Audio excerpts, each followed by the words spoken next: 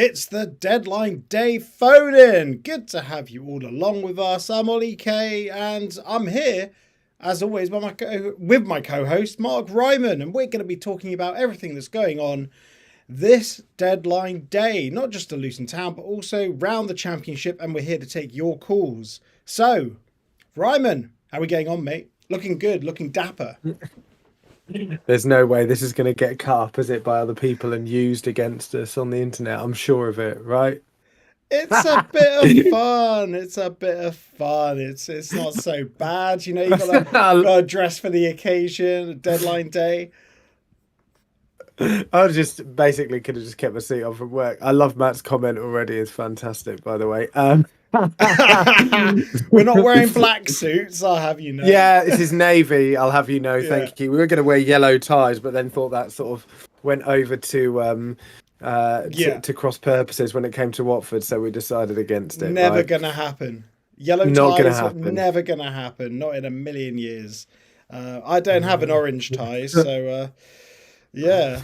I'm seeing comments already saying who died. Well, as you can see from our scroll across, I actually don't know the name of that thing. What is that thing called that goes across the bottom? The scroll. The ticker thing. There you go. Yeah. So yeah, the news that has hit us today at OK Football Towers, obviously the one that everyone knows about. Lassie Nordas has signed for Luton Town, and also you'll see it on your screen right about now. Pelly is set to leave Luton Town. I don't think this one has actually hit the main bit of social media. I'm not on social media these days, so I don't actually know. I've not seen it. No.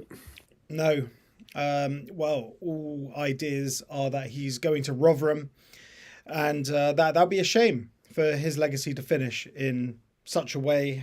No idea if it's permanent or a loan, but I kind of imagine, Ryman, that his time at Luton is at an end. Yeah, we've been talking about it, haven't we? We were talking about it yesterday in the phone in as well. Obviously, it's really sad. It's been a sad season all round, hasn't it? And we all knew his time was coming, eventually, and he's had less and less game time. It just would have been good to see him make more of an impact this season. Whether that's down to him or Rob, I suppose we'll never know. But yeah, we'll certainly miss. It'll be weird, won't it? It'll be really weird not to have him around the club. It feels like he's been there for forever. And actually, there's a whole kind of generation of fans that have only known Pelly at the club. Isn't that mad? That have only known Pelly Mpanzu being a Luton Town player in the entire time they've supported them. So yeah, it's really sad. And as you say, it's odd that it's happening in January. It would have been nice in the summer, so we could make a bigger deal of it in the off season. But he's not getting the game time. The squad's 3 players too big as it stands. There's obviously the rumor about Corley, which we'll talk about. But if he's not gonna get game time, then I suppose he needs to go out and play some football. But yeah, certainly will be sad. That's one that I'm not so upset about.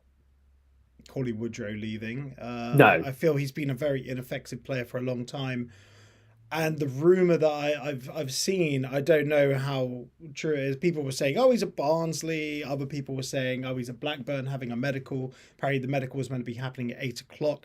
I imagine the club are going to be releasing a lot of press releases for players that have to leave. But with Nordas in, that's I think that's 3 that have to go. 4 if Lockyer is registered. Yeah.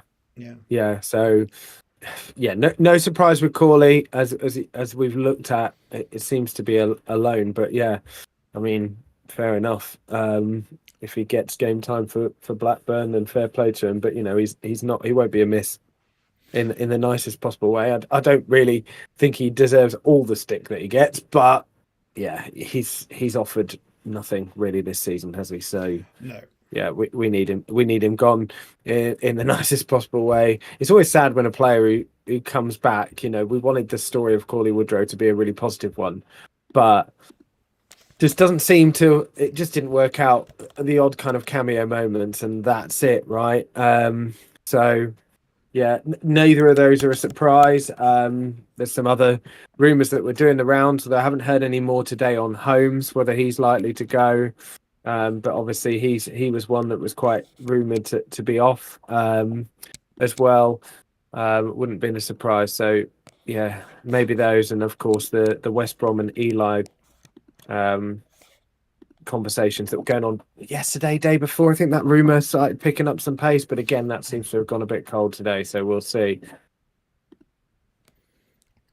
Yeah. The funniest thing for me was when I saw that there was a fee involved for Corley Woodrow. I was like, what, are we paying them? Like, yeah. Yeah, I think. Well, I saw loan. Last thing I saw was a loan. I don't know. Well, I don't know which one is true, but yeah, we'd hope. Well, he gets off the books, doesn't he, one way or the other, and that's the main thing, I guess. Yeah, we might as Yeah, well run through before we get Simon in. Reminder: if you want to call in, please just have a look at the link in the description, but also in the chat. There's a link to our Discord. Join the Discord. You'll enter the green room, and then we can have a little chat. Let's have a look at some of the other transfers that have been going around. Blackburn, they brought Adam Forshaw and yeah, Dion Sanderson on loan from Birmingham.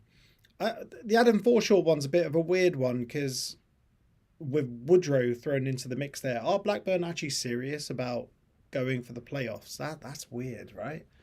it's weird. I text you and said Venky's doing their own scouting. It seems that way. It feels like it, but they've been also linked with Emmanuel Dennis at Forest, I believe, as well. So there was a link that he's going to do a medical. That would be interesting. And obviously I mean, I know he's not really played for a while. But yeah, if he can find his form, that could well be a bit more of a standout signing. But you're right about the others. It's an odd one.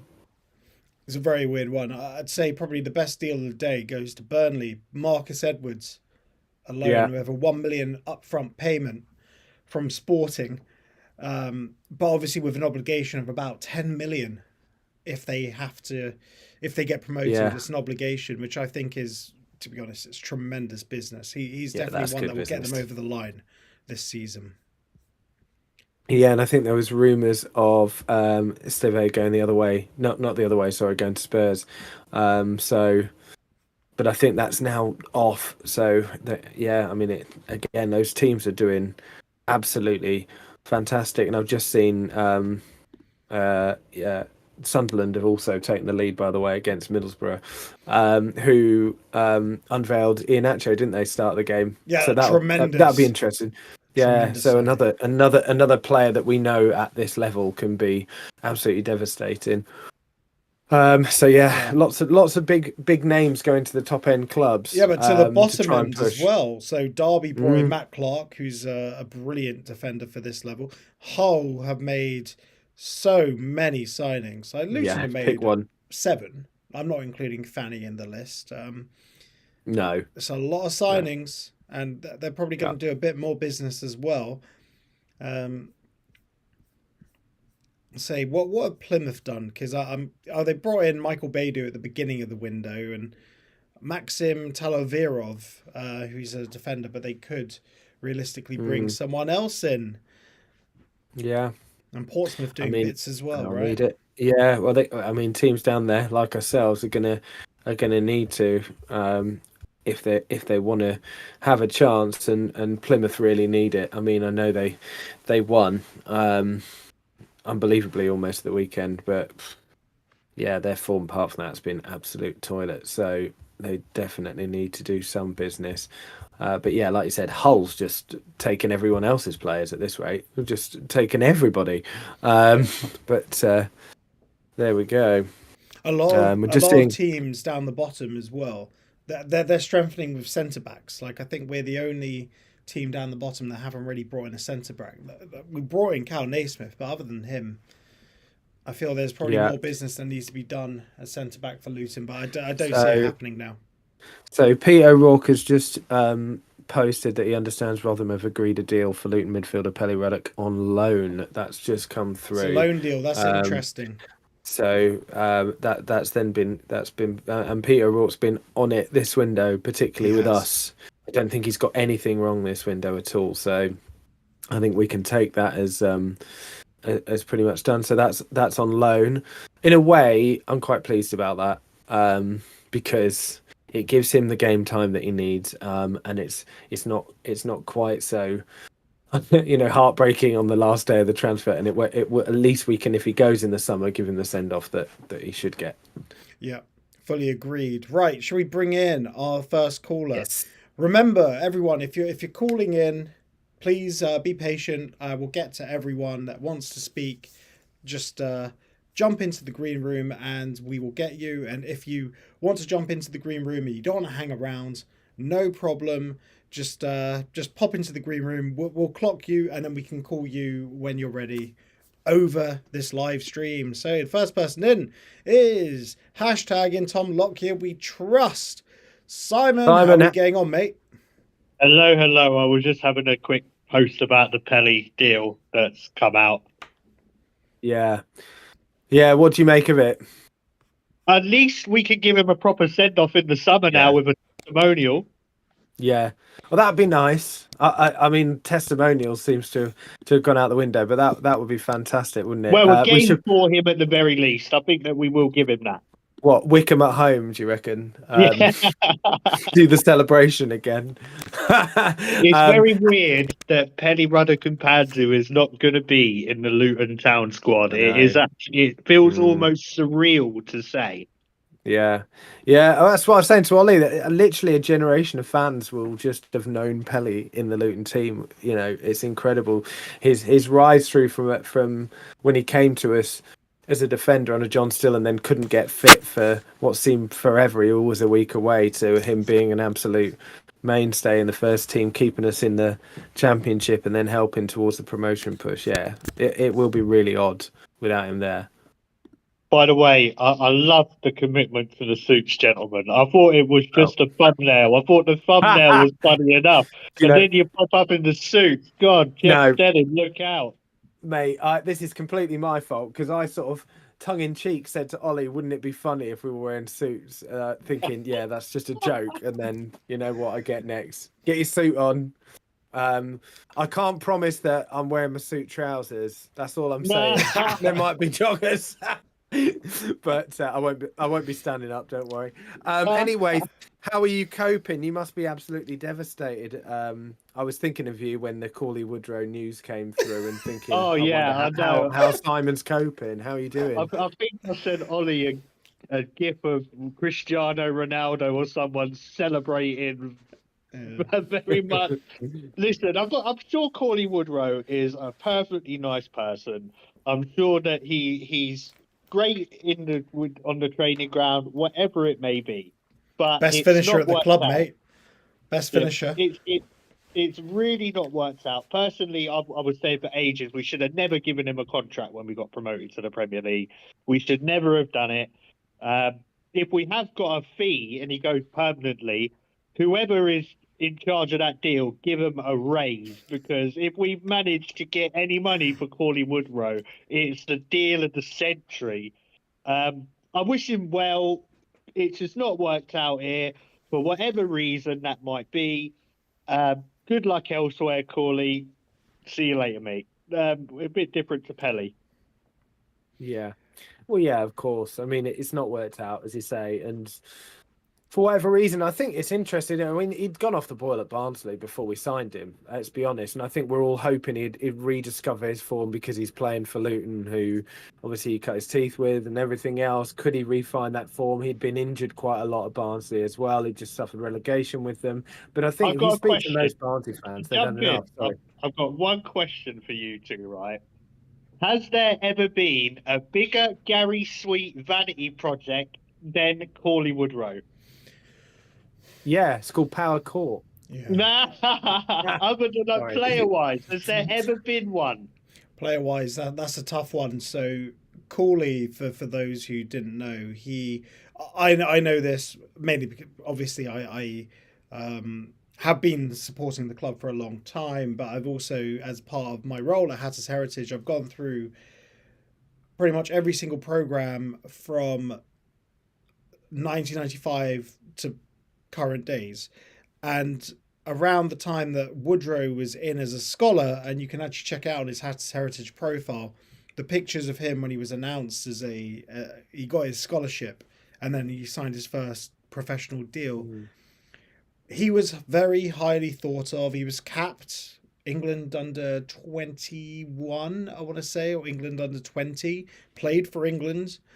So there were really high expectations for him, and we were naturally in the conference. But the biggest worry for me was the fact that Gary Sweet said to him, well, we'll be seeing you again. Right. And that was the nail in the coffin. That's why we ended up buying him. And as you say, Right. Mark, he went off the boil. He went well off the boil at Barnsley because he was injured. Yeah, he was. He's injured a lot, and like I said, I've got I've got in-laws in West Yorkshire, and know a couple of people indirectly who support Barnsley as well, and they were quite happy to be rid of him, to be honest, when he signed for us. So, yeah, you could well be right. It's one of those. I wouldn't mind a Gary Sweet vanity project and getting JJ back. Maybe some Keane and Dewsbury Hall as well, though. That might be a bit of a stretch, right? The only other bit of business that I've heard talk of in regard to us, well, Ollie might know other stuff than me, but the only thing that I've sort of heard is Joel Ward from Crystal Palace, possibly. That's the only other bit I've had my eye on. Not heard much more about it from yesterday. I don't know what you guys have heard, but I don't think that'd be too bad a signing. I know he's getting on, but he's still got a bit of something to offer if he can guide Walters and Hashioka a bit. He's I think it'd be a great bit of business if we can do it. Personally. Very experienced. Yep. Yeah. I think especially on the right back position that we need. I think both fullback positions are an issue depending on whether he ends up playing Doughty at left back. That changes things, but yeah, for me, getting some more experience in that back line. I know that the 35 years old thing is going to put some off. I can already see the replies, but it's not like an Eric Peters type situation for me. It's not really that. I think that he actually could offer something to the first team squad where we are now. Yeah. Oh, no, 100%. I mean, he's not had Premier League game time this season, played a little bit last season. Am I right in thinking we've been linked with him in the last window as well when we're in the Premier League? I feel like I remember that link. But I mean, yeah, I mean, it's one of those. How old was Henry Lansbury when he came to us? 32. Yeah, indeed. 32, all right, maybe. Robert Snodgrass was 34. Snodgrass, 34, 35. What about Cameron Jerome? Come on, we'll find one that was 35. He was 35. Surely. Cameron Jerome was 35. There we go. Hence why he had the squad number 35. Of course, that makes sense, doesn't it? Yeah. But yeah, no, you're right. He's not going to be a flying fullback, that's for sure. No. But I think he would give us some experience. Yeah, I mean, I've not heard anything since yesterday, same as you, so I don't know whether Ollie's heard anything else. No, Ollie keeps his cards close to his chest.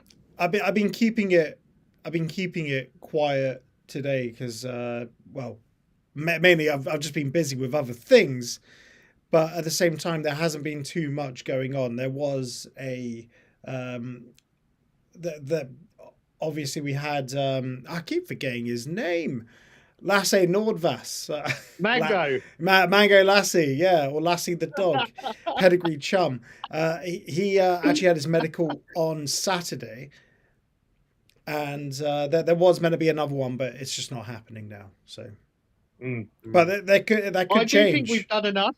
I personally think we probably have done enough. I think it's been a proactive window. I don't think...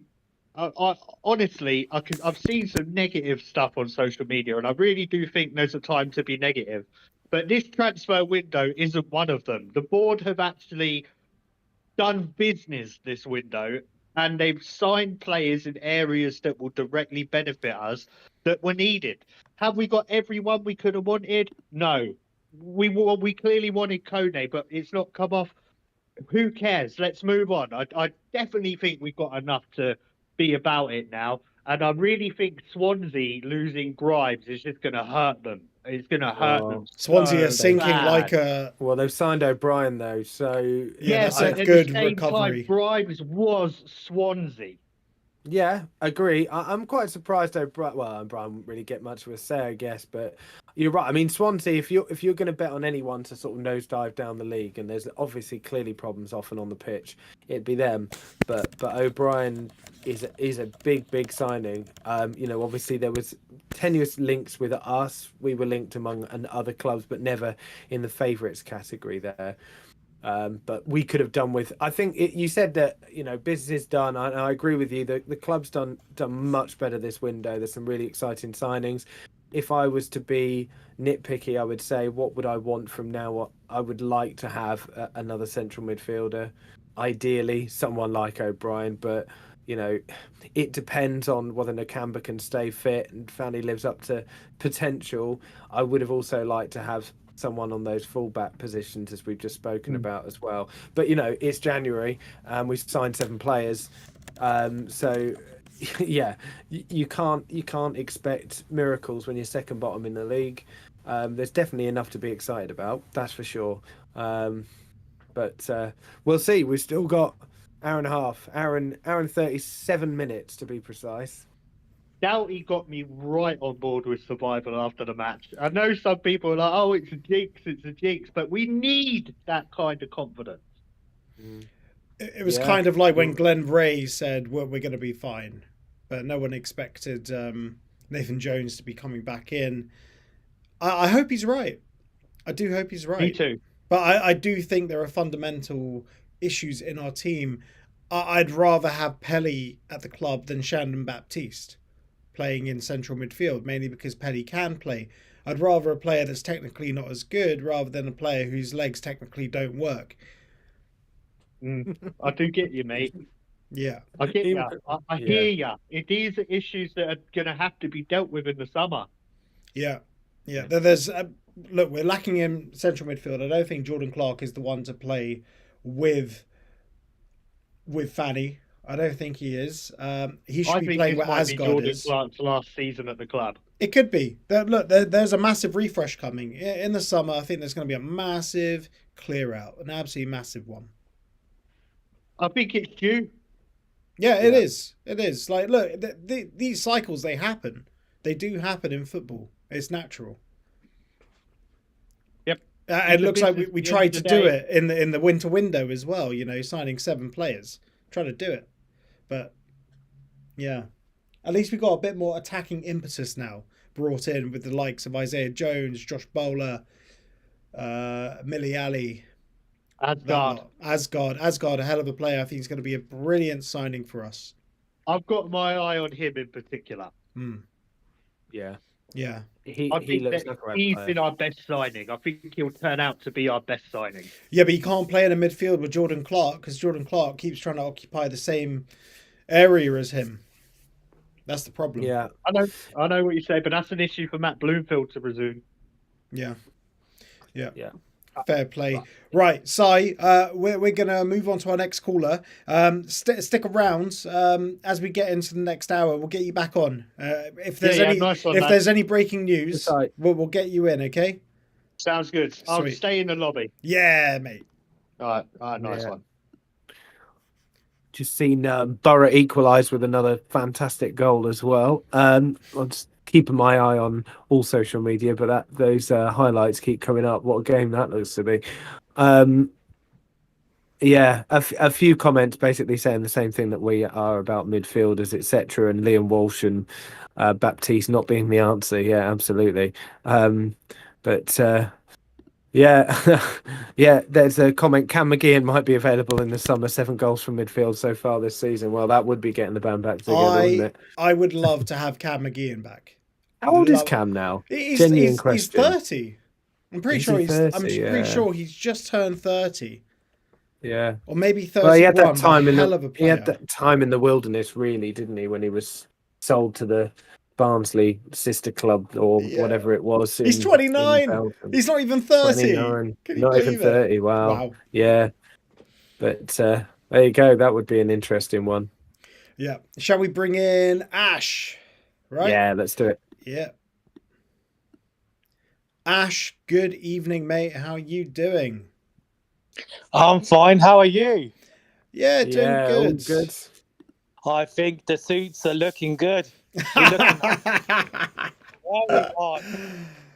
Thank you I very just much. I took it off from work and had about an hour and a half with it off, and then just looked at it and went, "Oh God, I've got to get it back on again." I'm sure they don't think that at Sky Sports, right? Yeah, They don't have that problem. yeah. I think we've done really well. I think Yeah. Gary Sweet is very aggressive now. Yeah, well, it has been, hasn't it? I mean, far earlier business, not all left to the last minute, and some really positive signings as well. And we're clearly trying, aren't we? You know, those bids for Kone, even though it looks like they've not pulled off, we're trying. Is there any way you think we still need to strengthen then, Ash? I think we do need to strengthen, but let's be positive. At least we can give Watford a good game now at last. Yeah, we're gonna have some attack, won't we? As Yeah, opposed, yeah, got to turn up. hopefully yeah, that's true. Hopefully, with this, hopefully we can get a similar player to JJ and Jack Stacey. Similar type of players, maybe from Norway would be nice. Get another Norwegian, just Norwegian dream team at this rate. We've only got Yeah, two that's in. it. Just get under 21s in there. Might as well. Yeah. Norwegian under 21s. It's fun. I think if we've got something to look forward to, I think the Nels will start biting next week against Sunderland. That's going to be really exciting. Yeah, Well, yeah. I are mean, you going watching up the for that highlights of one? this game. Yeah, it was amazing. I watched the highlights of it on YouTube because obviously it's a 3 o'clock kickoff. I can't watch it, so I go out. So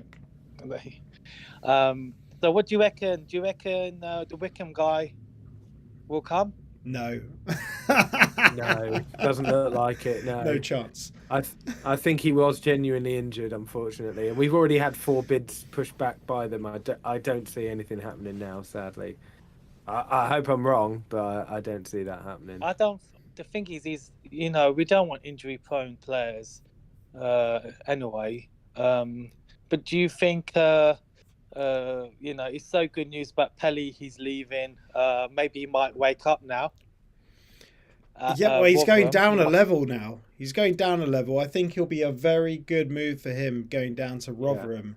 It's just a shame, like, well, he's going on loan, so there is always the option of a testimonial. Hopefully, something in the summer before he leaves for a permanent place.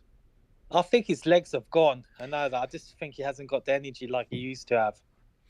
Yeah, I mean, it's hard to tell, isn't it? He's barely played this season. It is hard to tell, but I understand what you're saying. Did you guys see the picture that went up on Hatters Heritage of David Priest, Ricky Hill, Brian Steen, and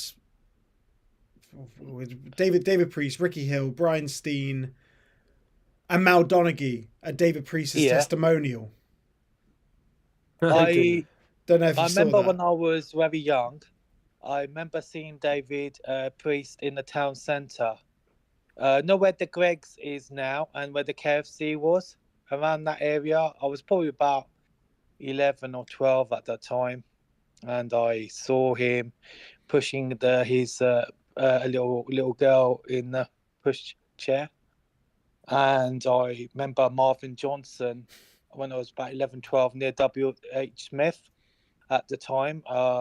Because my old school was South Luton, so the back of where the training ground is. I wish it was around when I was about 11, 12, because I went to South Luton. So I used to see that it used to be allotments behind there where the training ground was. So I do remember Ricky Hill as well, but I can't go into more detail about that.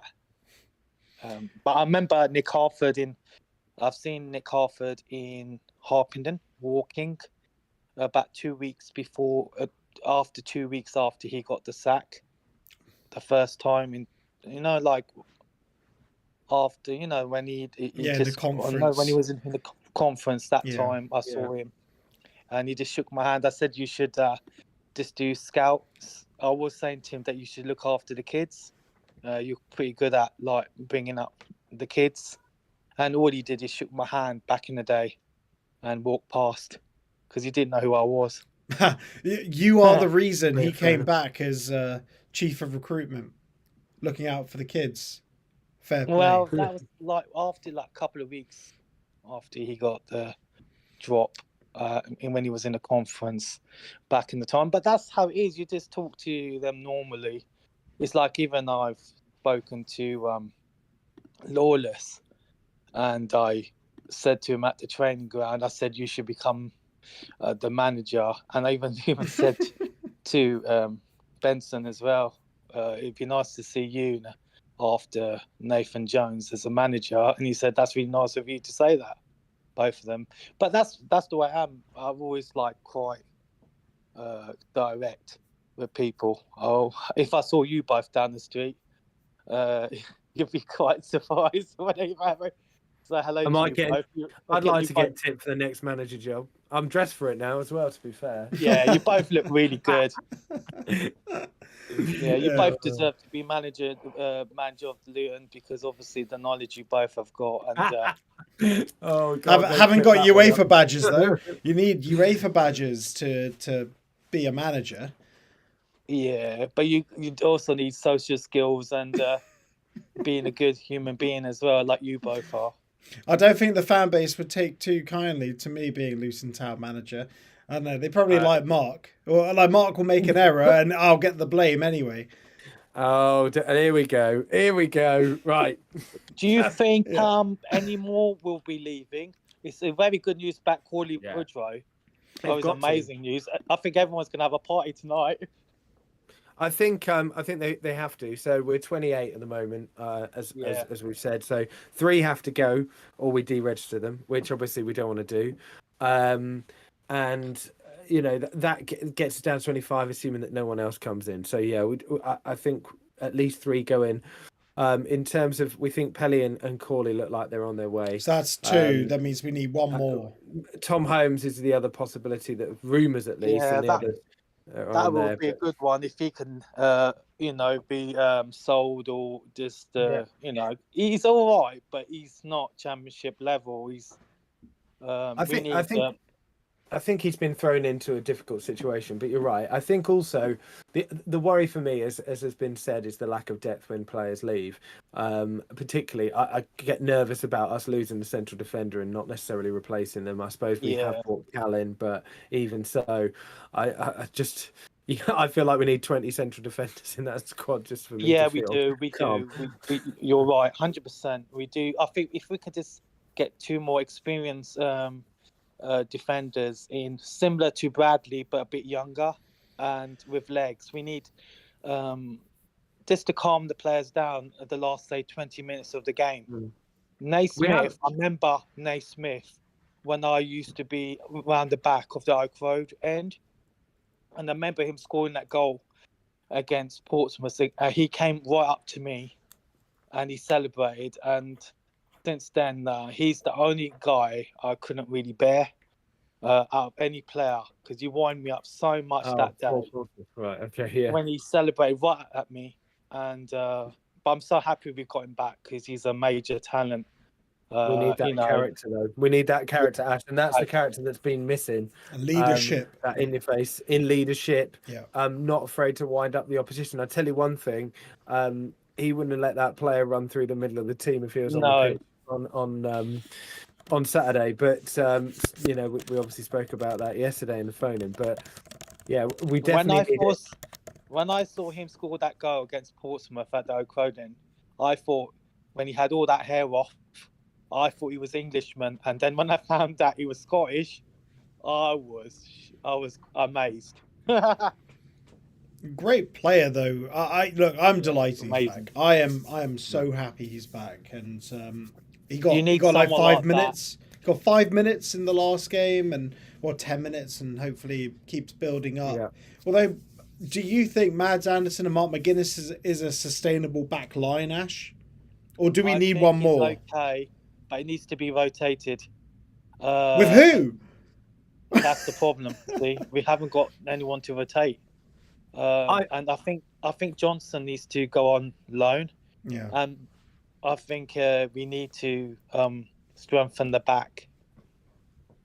I think Johnson Yeah. was all right last game, to be honest. It wasn't his fault that Sheffield Wednesday were overloading that side of the pitch against him. Valerie's a good player as well. I Yeah. mean, it's tough, but I think those two actually, the performance of both of them was very good. McGuinness, for me, as I said yesterday, had his best performance in Luton shirt, and I think actually that's then put the cat amongst the pigeons when it comes to Cal, because he does, for me at the moment, I would keep both of those players against Sunderland in the centre of defence starting that game, because I thought they were excellent. I think you can keep those two, but the ones who need to go out, if we don't get anyone, then obviously keep the other two who should be going, but hopefully we can get two experienced defenders in, because you can't really rely on Mendy, and you can't rely on what's it called, Lockyer. Burke. That's it, Burke. You can't. Let's name some of the injured defenders. But you can't rely on them, can you? Forgot about Burke. Genuinely. Yeah. That's the problem. We do miss him because he is a top player, but I think what they need to do with him is when he does come back, he needs to be rotated. And the problem with our players are, I know we moan a lot about them, but they do, what's his name? The Jamaican international. Look at him. Well, he's injured again. Yeah.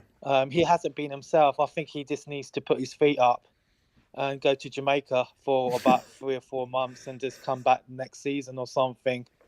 The problem with Bell is that he hasn't stopped playing. I think that, we all were amazed a couple of seasons ago when he was playing in the Gold Cup in the summer, then playing for us all season, then going back, and he never got injured. And I think the Premier League season has, for the time that he had playing, has absolutely ruined him for that. I mean, it's interesting that he's injured now.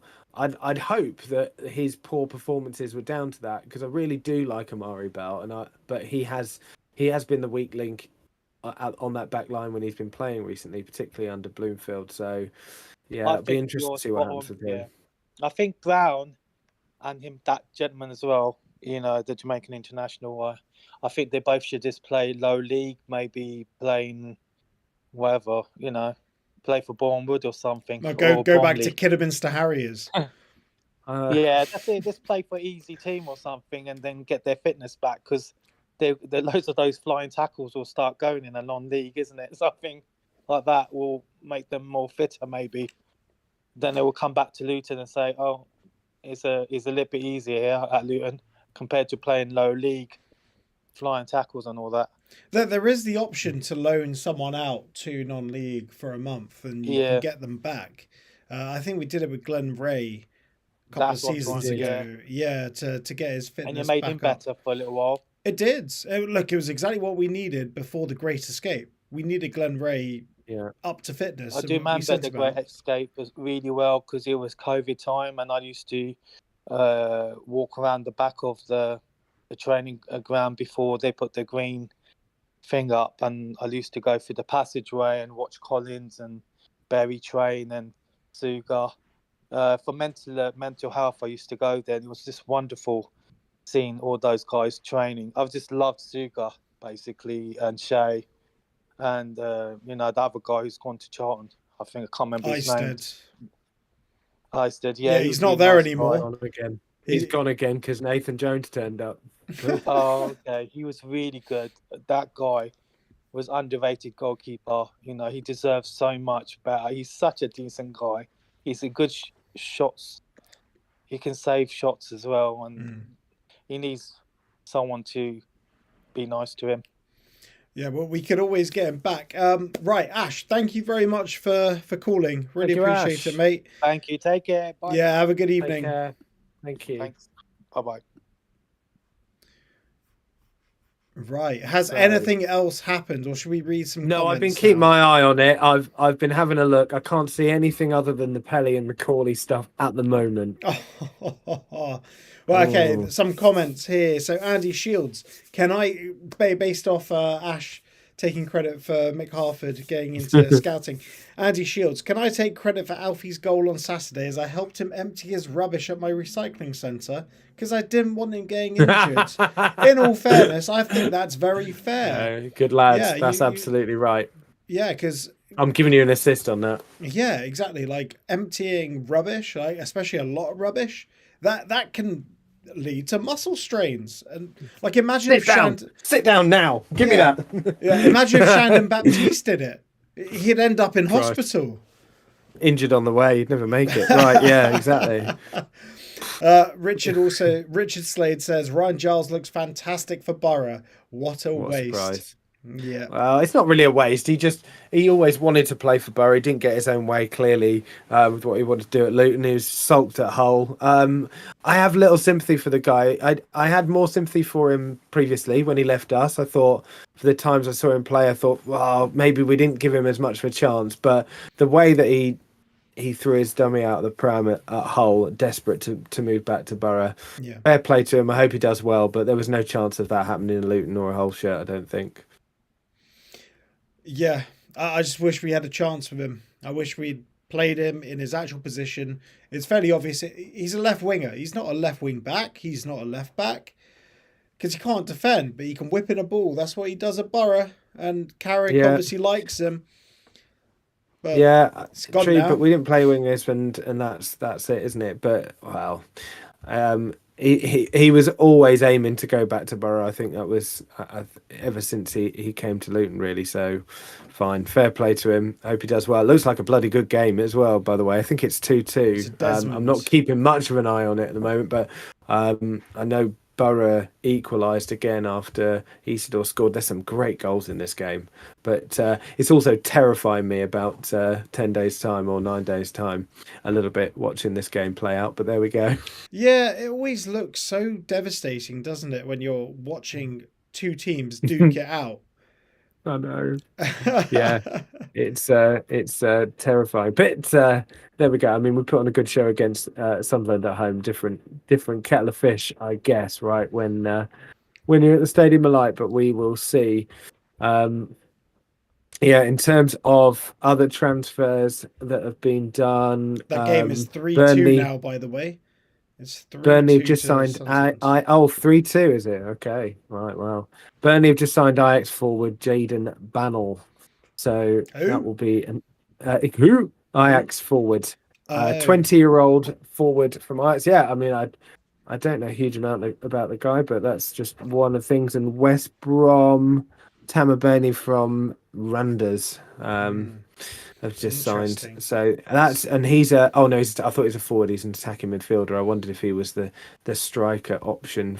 Palace have been looking at defenders as well, which is interesting. Wonder if that has any impact on us with a Joel Ward signing. No. I think that is because they got a £70 million offer for Mark Guehi from Tottenham. Sure. That's Yes. crazy money for Mark Guehi. Like, you Yeah. just take the money, surely. That's crazy money for Crystal Palace. It's like almost a whole season of Premier League revenue.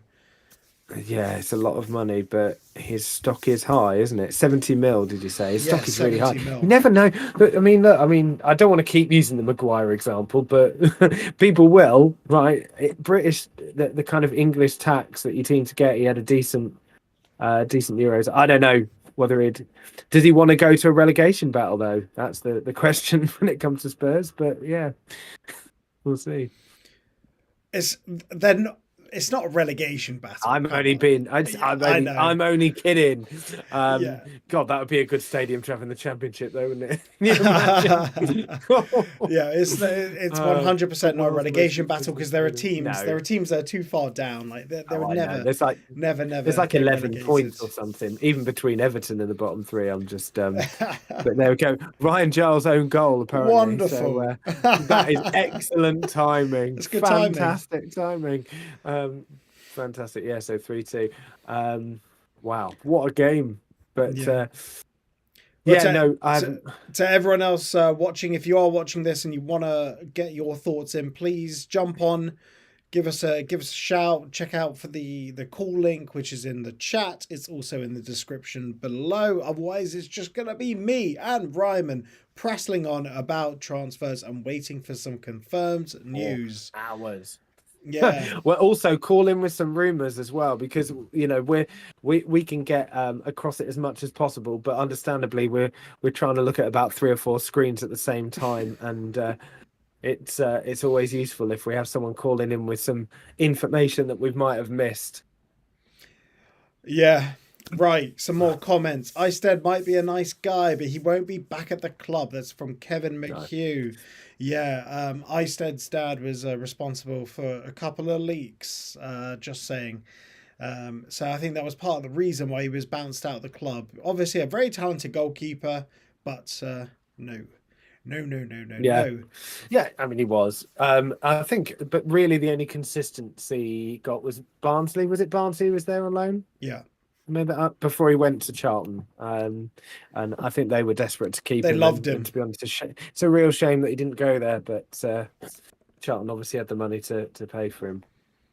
But so there we go. Yeah, he won't be back anytime soon. Interesting goalkeeping situation, though, isn't it? I mean, how do you see that playing out? Because for me, James Shea, we all love him, and he's been a fantastic servant for the club, but he's not the long-term answer. Tim Krul, well, we haven't seen. Well, Jameson Horlick, he looks legitimate. He's at Bedford at the moment, and they love him there. He's a right talented young keeper. Okay, I mean that would be great. Probably a third choice. I think though that needs some. That's a position that we'll need to look at, particularly in the summer as well, isn't it? And whether Kaminsky stays or not would be an interesting one too. Yeah, I guess we'll see, won't we? Right, we have another caller. We have. Let's get him in. We do. Shall we get him in? Are you going to do the honours or shall I do the honours? I'll do it. You do it. Ben, how are you doing? Any rumours that we've missed? No, not at the moment. I'm just trying to check out to see if that new guy from what's his name, Wickham Wanderers, if he's going to come or not. I mean, he said his future is with Richard Kone is going to come. I don't think Richard Kone is going to come. We would have heard. Yeah, we would. The thing is, he said his future is with Wickham Wanderers. If Man United come in for £1 million bid and offer him £150,000 a week, I think he'd be on the bus now. To be honest with you, so I don't think he's that's my type of thing. But I'm looking forward to seeing this new striker. Though he looks good. I've seen some of these things on YouTube, and he's like a bit like Addy Bale, but he's better with the ball at his feet. Have you noticed that? Have you seen any of his videos? Yeah. That's the thing, though. Can you really put too much stock in what you see on the videos? I don't know how old you are, Ben. Do you remember when we signed Sam Parkin? Yeah, I remember. I'm 58. Yeah, I supported Luton for about nearly 50 years now, so I remember a lot. So did you frequent Outlaws? Or have you? Outlaws. Yeah, Luton Outlaws. Yeah, I remember them. Yeah, I've heard of them. Luton Outlaws, yeah. So back in the day when we signed Sam Parkin, a funny story. I'm going off on a tangent because we're trying to go to 11 till the deadline. So we signed Sam Parkin, and there was a compilation. YouTube was in its infancy, so I watched this highlight reel of Sam Parkin. I remember the title. It was Sam Parkin, Hot Shot. And it had, I think it was Muse, was the song, that was playing under it. And where was he Yeah. from? He was from Exeter or something. And it was just Sam Parkin banging in goal after goal after goal after goal. It was fantastic. I loved it. And I was like, I am so pumped for this guy. Wow. Yeah. And he was crap. He was so He bad. was awful. Yeah. he didn't do very well. He at was all. so bad. He didn't Oh. do with us press at all. You know. Yeah. I remember back to the Brian Steen days. You know, and it was Mick Arthur. Did you see Mick Arthur? He'd knock the ball down. He'd win the headers, and you'd see old Steenie put it in the back of the net 9 out of 10 times. I don't know if you remember those guys or watching them play, but they were something. They were a pair to be reckoned with. They were. You know, it's a different game these days, though, and it's a totally different football game. Do you think? It's a different football game, but pace and finishing, like Yeah. Brian Steen, is still required. And funny you should mention Brian Steen. So I actually wrote the program notes for Hatters Heritage for the Sheffield United program. I know I'm just going off on one tonight. Sorry, Ryman. And I actually wrote about Brian Steen because Brian Steen, obviously, for the people watching, Brian Steen had 2 debuts. He joined us from Edgware Town in '77 and played until '88. And his first goal was against Sheffield United. It was a 4-0 win, and Luton Town hadn't scored more than 1 goal at home for the previous 3 months before that at home. So, you know, this kid, this was his 6th game. He was so young, and he bags a brace.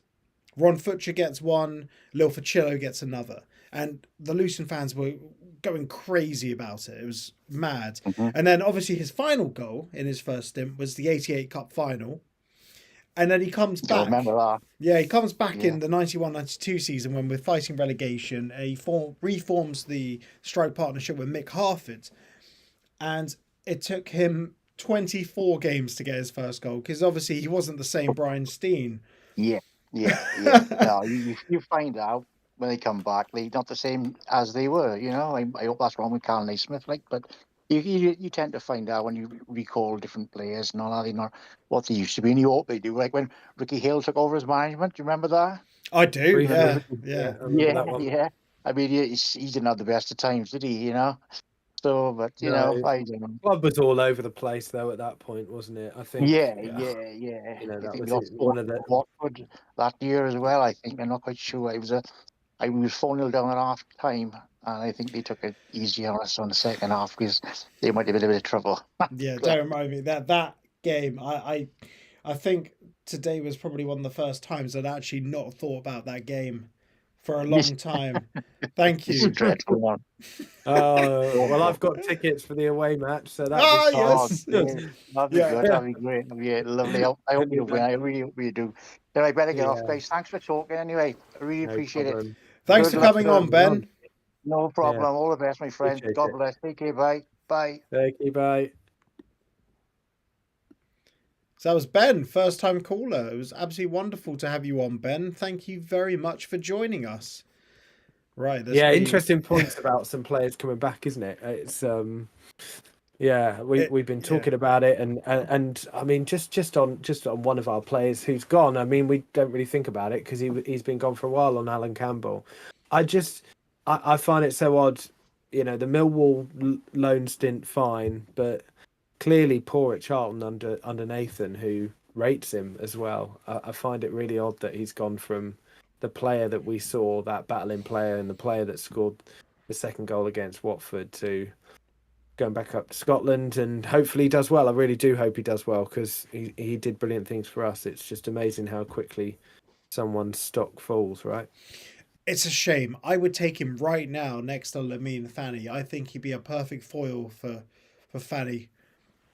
Playing it as an actual defensive midfielder as opposed to whatever Rob Edwards was playing him as. No, I never bought into him as a defensive midfielder though. I box to box, yes, but I think whenever he played too deep, I never thought he played that well. But anyway, I mean, yeah, I loved his energy and I loved his tackling. He had a good shot on him as well.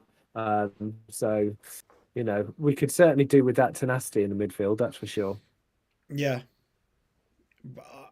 it'll be interesting to see if we are going to pull off a late central midfield deal. As we enter the final hour of in 4 minutes, we enter the final 4 hour. minutes. So maybe Peter Rourke will start tweeting out some Luton Town rumours. Here's a comment from Chalkster, 105 watching the show, only 21 likes. Smash that like button. Respect. 100%.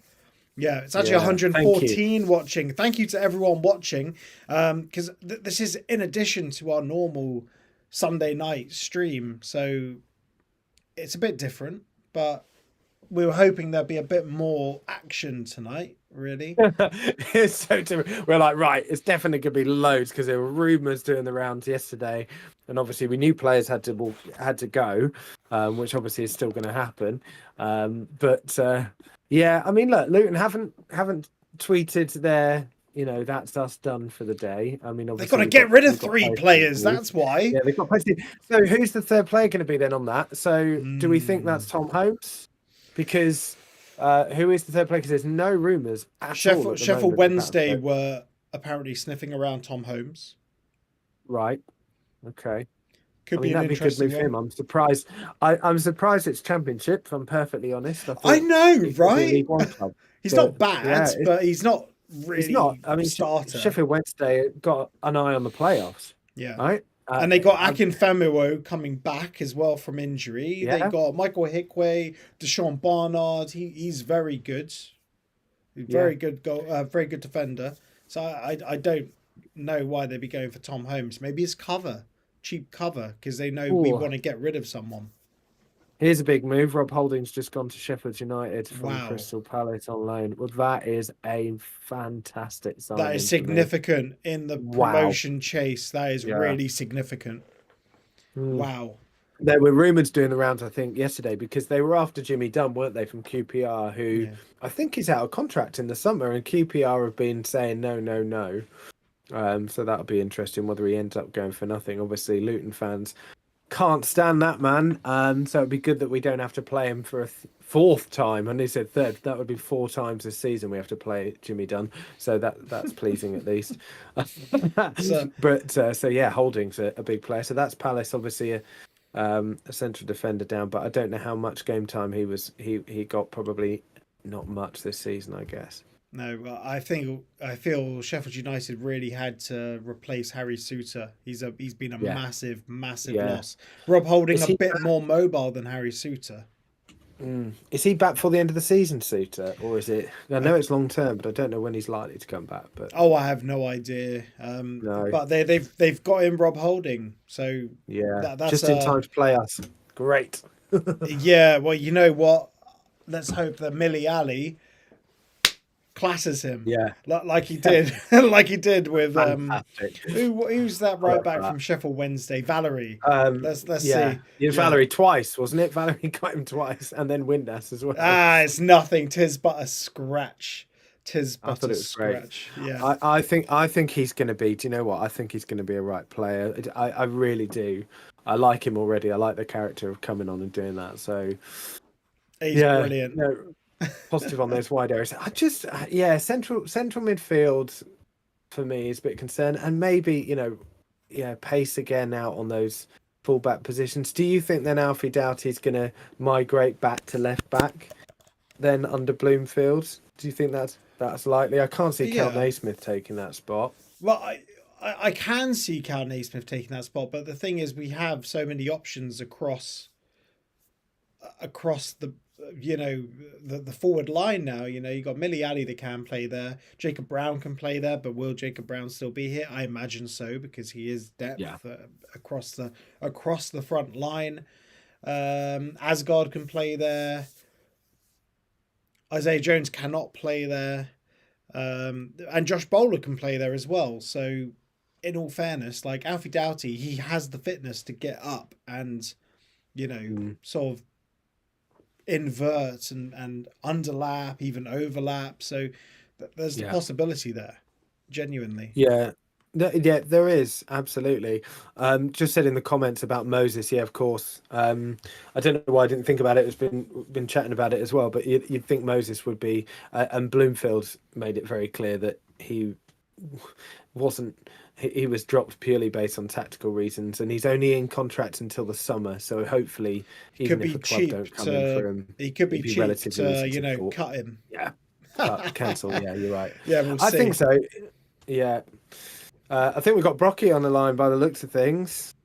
Well, we did have Kevin from Atlanta. Kevin, if you are listening, please come back. We'll get you on after Brocky. You can do the honors. I'm doing it. I'm on it. You're doing it. I'm on it. You're doing it. Mark, how's it going? Oh, Mark the Hatter. Sorry, Mark the Hatter. Yeah, he was muted. Sorry Mark about the that. Hatter. How are we getting on, Mark? Brocky? Right. Yeah, sound. Thank you. I'm loving the setup you got here, lads. Shoots, ties, shirts, little things buzzing across the screen. It's a proper setup. Yeah, you wait till it gets reposted online. I'm leaving Twitter tonight. I swear to God. Fuck the haters. Who cares? Yeah, well, quite. we don't live for them. But what are your thoughts about Pelly? Pelly leaving. Don't make me cry. Don't make me cry. I can't do it. There's maybe it's the sentimental side of me that thinks he only does well when he starts. I think we all know that, and he also needs a run of games. We definitely can't. I don't think we can take that risk. In a relegation run-in, that he'll reach the standard, and many would argue that he won't reach the standard anymore. And again, like I say, it might be the sentimental side of me that's thinking that he can still do it and that he can still play at a championship level. I think the thing that sticks in my mind is the Forest game last year at home when he came in and did. He was great. I great. thought he was outstanding that day. Until he got bodied. Yeah, by Murillo, wasn't it? Yeah. Yeah, but just how he could step up that day and really pull it out of the bag. I think he's still got that athleticism, and I think he's still got that ability to take a game like that. But whether we could take a risk on it, I don't know. So yeah, it's a sad day if it does indeed meet the ends, in the sense that it's a loan that would then be accompanied by a permanent transfer. It's a really sad day. He's been. I don't know how many people in the next 10, 20 years in our lifetime will see reach 400 appearances for Luton Town, but his achievements will be rivaled by so few. In fact, I don't think it'll ever happen again, someone to rise 5 divisions with one club. That will never happen, but, a player making it into essentially the top 10 list as well. It's unheard of. Like, he's I think he's what would be his nearest, let's say in the last 10 years, who would be the closest to him that's made in the last 10 years? You'd be not Corning. No, the most recent person near him is Jake Howes. That's right. Who's 100 behind him. Yeah, wow. Then maybe Keith Keane. Yeah, then it's looking at the list now. Mark Tyler with 297. Tyler. And then Keith Keane with 285. And then you have to go quite a ways down, because the top of the Pops list that you can find on Hatters Heritage, by the way, go to hattersheritage.co.uk, check out statistics, and you will see the entire Luton Town appearance list. It's truly remarkable, and it's amazing work done by Will. And then you get the elder statesmen, the players that were around throughout the late 70s through to the late 80s, when we just kept a core of the team together. Your Breakers, your Sealeys, your Hills. Like Ricky Hill made 508 appearances between 76 and 89. It's remarkable. And then we have the team from the early 2000s, which, speaking for all three of us on this call, that was a very important time for us. It was pretty much our developmental part of following Luton Town, the likes of Chris Coyne, the Kevin Nichols, Sol Davis, that lot. Yeah. first time to get excited by watching Luton. Well, Yeah. Under Kinnear and then later under Newell, Mhm. certainly. Yeah, 100%. Yeah, and I think the three of us, we were kind of all 90s kids, weren't we? In the sense that's when we first started watching Luton Town and watching football live, and it was pretty poor, wasn't it? In the 90s, it was exciting because it was live football, and I think I loved that it.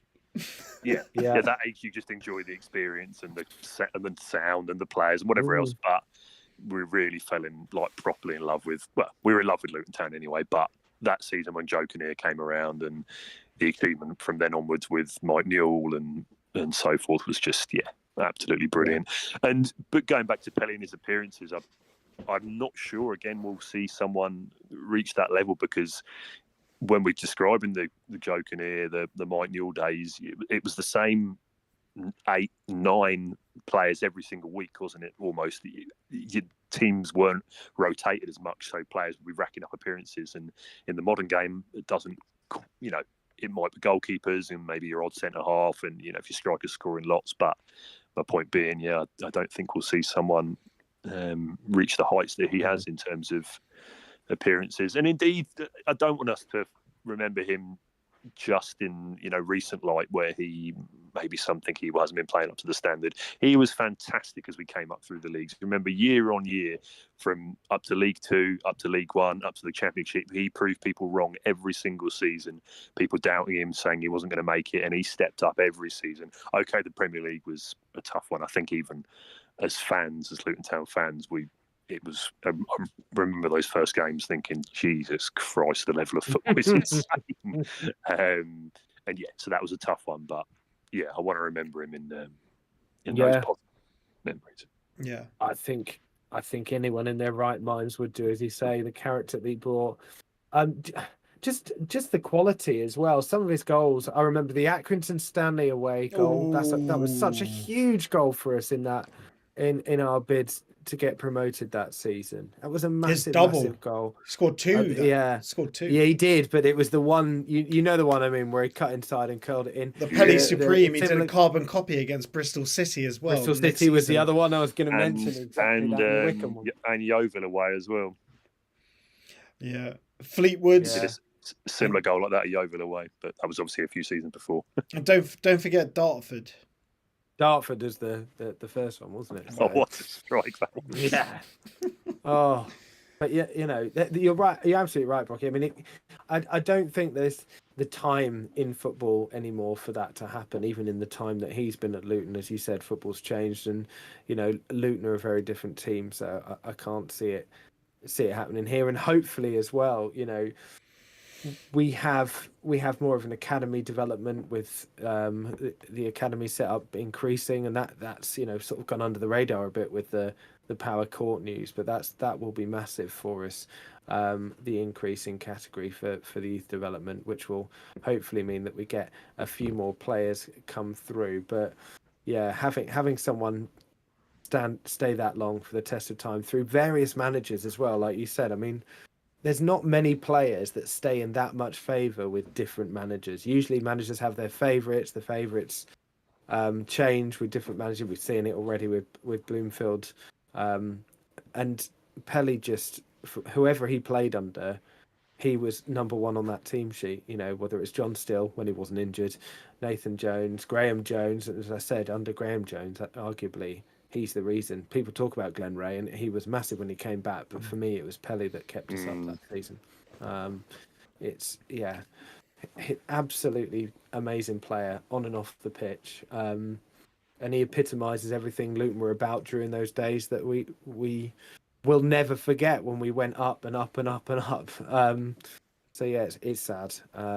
It's going to be really sad in the summer when he likely says goodbye permanently. But I hope he does well for Rotherham. I hope he gets game time, and I really hope for him that he finds a bit of form, and that he can elongate his career a little bit more.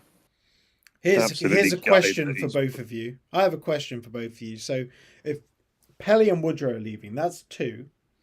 What does this mean for Elijah, Moses? More interestingly, what does it mean for Elijah?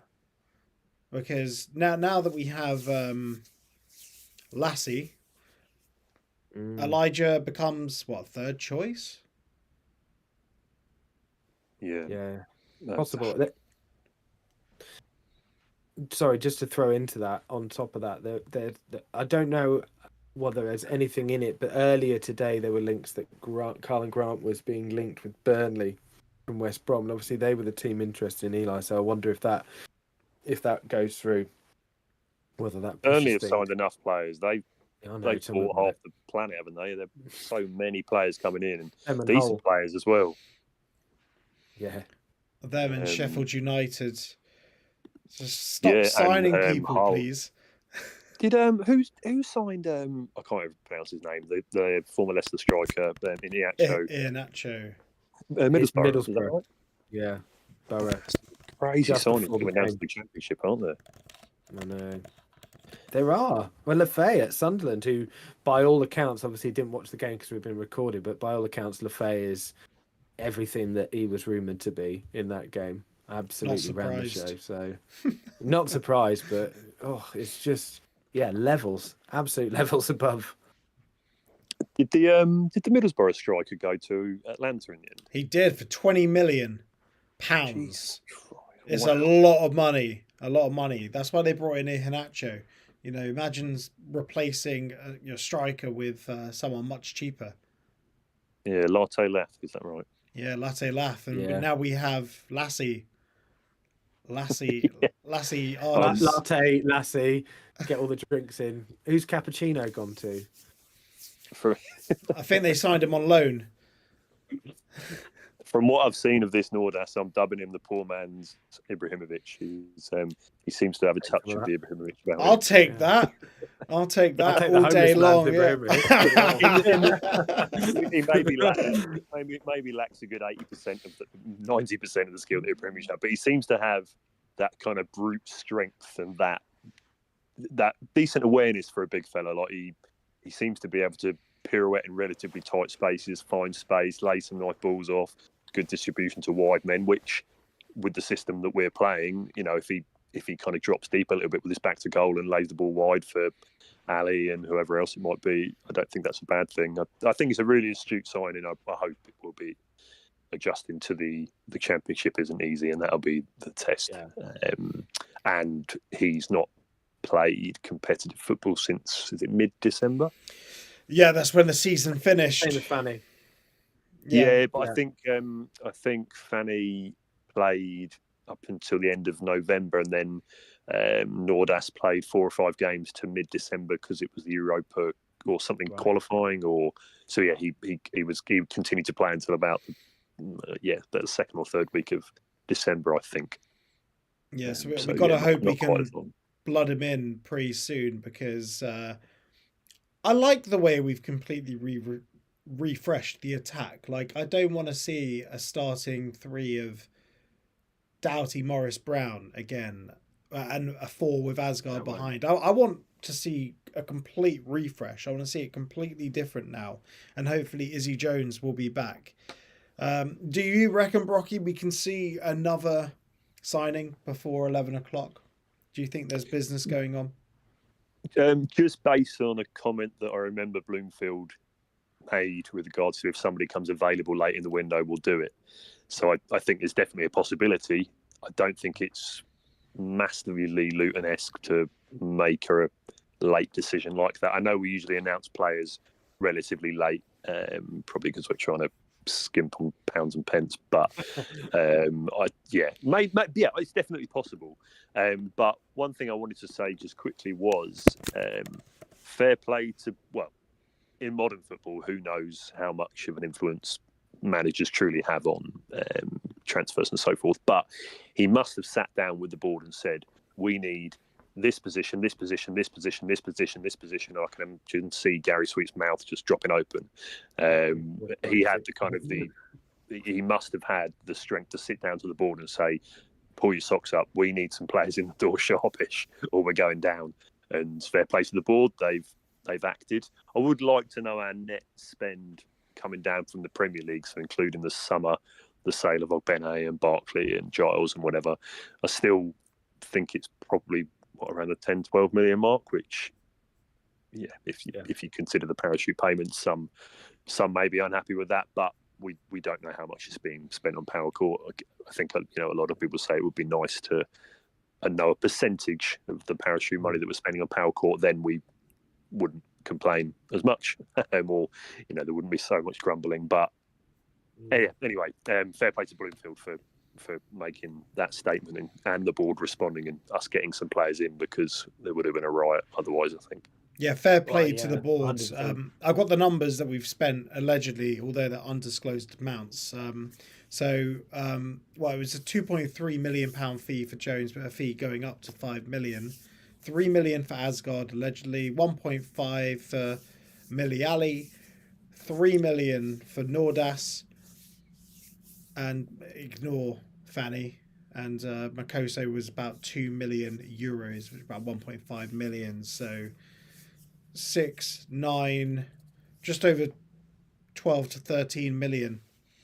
That is an aggressive window. Like, yes, we brought in 8 from Ogbene, but we did spend up to 10 on Mark McGuinness, and they've done well as well. We are trying. I mean, just from what you said, Brocky, about the players coming in, I think the other problem is obviously our position, isn't it? I think we are trying to spend money, clearly. I mean, you look at the bids that we've put in for Kone, if that had come off. I know some of that's in add-ons, but it still would have been up there with a record signing, close to it. And, it's a difficult one when you're second bottom in the league, same as loan players. The one thing I would have liked to have seen more, as we said in the summer definitely we should have had more, is loans from the Premier League. But now we're second bottom in the league, regardless of kind of setup and who's in charge.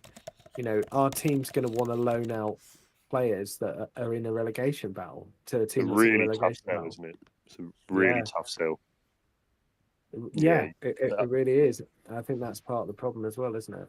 Oh, for sure. I think we've done very, very well to bring the Norwegian fella over. I mean, I don't know what we've said to persuade him to come over in our situation, because there's a fairly decent chance we're going to be in League One next season. I'm not saying we will, but it's a possibility. So I don't know how you deliver that in a meeting where you're persuading someone to move countries. But yeah, it's a really difficult sell. So fair play to the board for bringing in the players that they have. It's not easy business at all, but you make your own bed. We should have done much more in the summer. Yeah. And the squad that was assembled, as we can now see, was unfortunately just not cutting it at the championship level. And hopefully we've got some winners on board now, because it was the mentality that needed to change, wasn't it? And where do you think, Mark and Ollie, I think you mentioned it earlier, but I didn't quite hear what you said. Where do you think we're going to play Alfie for the rest of the season? I think left back. I mean, yeah. Well, I don't know. What do you think, Ryman? Yeah, I tend to agree. I think it's got to be, unless we brought somebody in, which looks increasingly more unlikely. So to fit in with the way Bloomfield wants to play, his 4-2-3-1 at Wycombe was all about the fullbacks getting forward and bombing on. I can't see Cal Naismith playing that role. Maybe I'm wrong, but yeah, I think left back, especially now with Ali, because Ali I think will end up playing on the left, and then Izzy Jones or a bowler as backup on the right hand side. And then this new bloke in the middle, probably with Asgard probably just behind them. So yeah, for me that makes the most sense. Therefore, for Doughty to play on the left, and defensively it's been a poor area. So it's not as if Bell's shored up defensively, but isn't really bombing on and attacking. So I think there's not much to lose basically by putting Doughty there. Yeah, I think you're right. I think he will, and especially he really showed how the damage that he can do when he's that far up the pitch against Sheffield Wednesday. The first half, all of our attacks were coming down the left hand side, weren't they? And he was whipping in some fantastic balls, which we know he can do. But he tended to be doing it from much deeper in terms of by the byline, which I think with this new Norwegian fella it will be a really good combination. It's going to be tough for Bloomfield to keep this squad happy now, I think, for the rest of the season, because it's a relatively swollen squad, and you've persuaded 8 new players to join the club, and they'll be wanting to play relatively decent amounts of first team football, and then you've got players at the club like Chong and so forth who probably still think they're Premier League players, or they have that mindset that they're going to get back there one day. It's going to be a real tough balancing act to keep them all happy, and it'll be interesting to see how he does it. He rotates a lot, though. Agree. Well, I think he rotates a lot, which is good. 60 minutes, he completely changes the front line. So I'm not too worried about the swollen squad, because I feel everyone will get a chance, and he's made 4 changes every single game so far. 4 changes to the starting lineup. I wonder if he did that at Wickham, because maybe the 4 changes every game is just a window into him seeing players and who he wants to keep and what he wants to do. I don't know if he had the same kind of rotation when he was at Wickham, and that might be a better indication.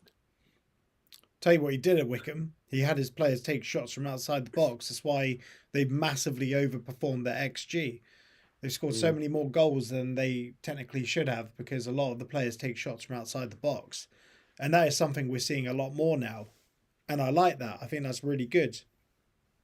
I think the concern, though, is the problem with Eli and Morris if they both stay, which again is looking more and more likely. Good point. So that's the issue, particularly Eli. I mean, from a club point of view, from his ego point of view, from how he's been poorly performing, etc. But there's also the club point of view and his value. I mean, he doesn't get much of a look in at the moment in the way he's playing. I think we can probably all agree on that, for whatever reason it might be.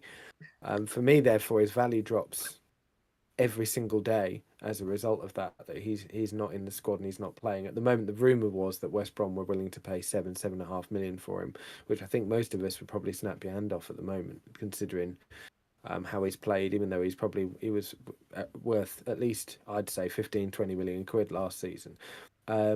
What's he going to be worth in the summer? It feels like a bit of a waste. It's a difficult one, isn't it? Because if the deal's not on the table, the deal's not on the table. But that's the issue for me. Yeah. Anyone else thinking the club are being very quiet right now? I think they're just waiting for us to go off air. They just realised that. I think that must be it. They'll announce Kone 11:05 when we're done. Well, exactly. Yeah. I thought this last 2 windows, Ollie. I thought the last window. I was like, oh, it's all quiet. I can't wait for it to happen. Fell asleep with my phone in my hand. Woke up and absolutely F all had happened. Signed Colin Samuel. yeah, exactly. So I'm not getting. I learned not to expect it. The last minute one we did, I remember, is Eli. Actually, wasn't it? He was last minute, just past the deadline. I think we signed him from Walsall when he came. But Joe Taylor as well. I wouldn't mind a play of that impact. Joe Taylor was signed at I think about 11:30, maybe 11:45. Sure. I remember coming back from a game, and the chat was that Harry Cornick was waiting to move to Bristol City, but because we needed to bring someone in, and then Cornick ended up leaving at like 10. No, it was like midnight was the cutoff, or 11. I can't remember, but he left like right at the end of the window. The conference days were great. We'd sign about 15 players every window, and you didn't know any of them were. It was loads of fun. I used to love the conference days with transfers. Not that even 10% of the rest of it. Couldn't you sign people up until like March in the conference? I don't know. I'm not sure. I think so, yeah. And you can take a loan up till March, so you can like send out a player that you need to get fit up until March. Well, at least I think. I know someone in the comments can tell me if I'm wrong. I'm not 100% on that. Right, Brocky, we will let you go and enjoy the show, mate. Yes, thanks, gents. You're doing a great job, and I hope Thank I hope you. the club give you something to talk about in the next 40 minutes. Oh my God, I hope so. I hope so. Fingers crossed. Cheers, bud. Thank you. Right, yeah, I hope they give us something to talk about because Um, this ticker has there's- just been the same now, hasn't it, for a long We've time? got a couple of other championship signings that have happened. So Okay, Will Norris has been released by Pompey, but they've signed Ben Killip from Barnsley. And I'm trying to have a look. Millwall have just signed Zach Lovelace from Rangers, I think. Yeah, Rangers, 19-year-old striker. So yeah, a couple of the teams in and around us doing some business. I mean, Pompey and Plymouth not doing huge amounts. I think Plymouth fans have been concerned slightly at the lack of business, but different budget as well, isn't it? For them, I guess, than some of the other teams. Look at Hull. Hull might have been struggling, but they always had money. Speaking of Hull, what would you say is the standout transfer for you from the bottom half teams? Oh, okay. That's a good question. I mean, some of Hull's transfers have been really interesting, haven't They they? I have. mean, they're not all players that I think, oh yeah, I would have loved to have got him. If I'm perfectly honest, Not I even think Louis Barry. Louis Barry's an excellent. Sorry, yeah, Louis Barry's excellent on loan. That is an excellent signing. And I think Egan's a recent decent signing as well. That was today, wasn't it? Very good signing. Yeah, so I think those two are excellent. Who's the guy that came from the States? They signed back over here. I can't think of his name. That was at the start of the window. What's his name? What, for You'll know Hull? who I mean. Yeah. Came back from America. Crooks. Yeah, that's it, Matt Crooks. I Yeah, mean, hell that of a sort of player. signing, I thought. Yeah, but I did think it's not. It doesn't feel like a very Luton signing, and you never know quite what you're going to get from that. But yeah, I clearly prefer doing bits, Asgard to Matt Crooks. yeah, in me that too. Sort of 10 Much role. more of a Luton signing.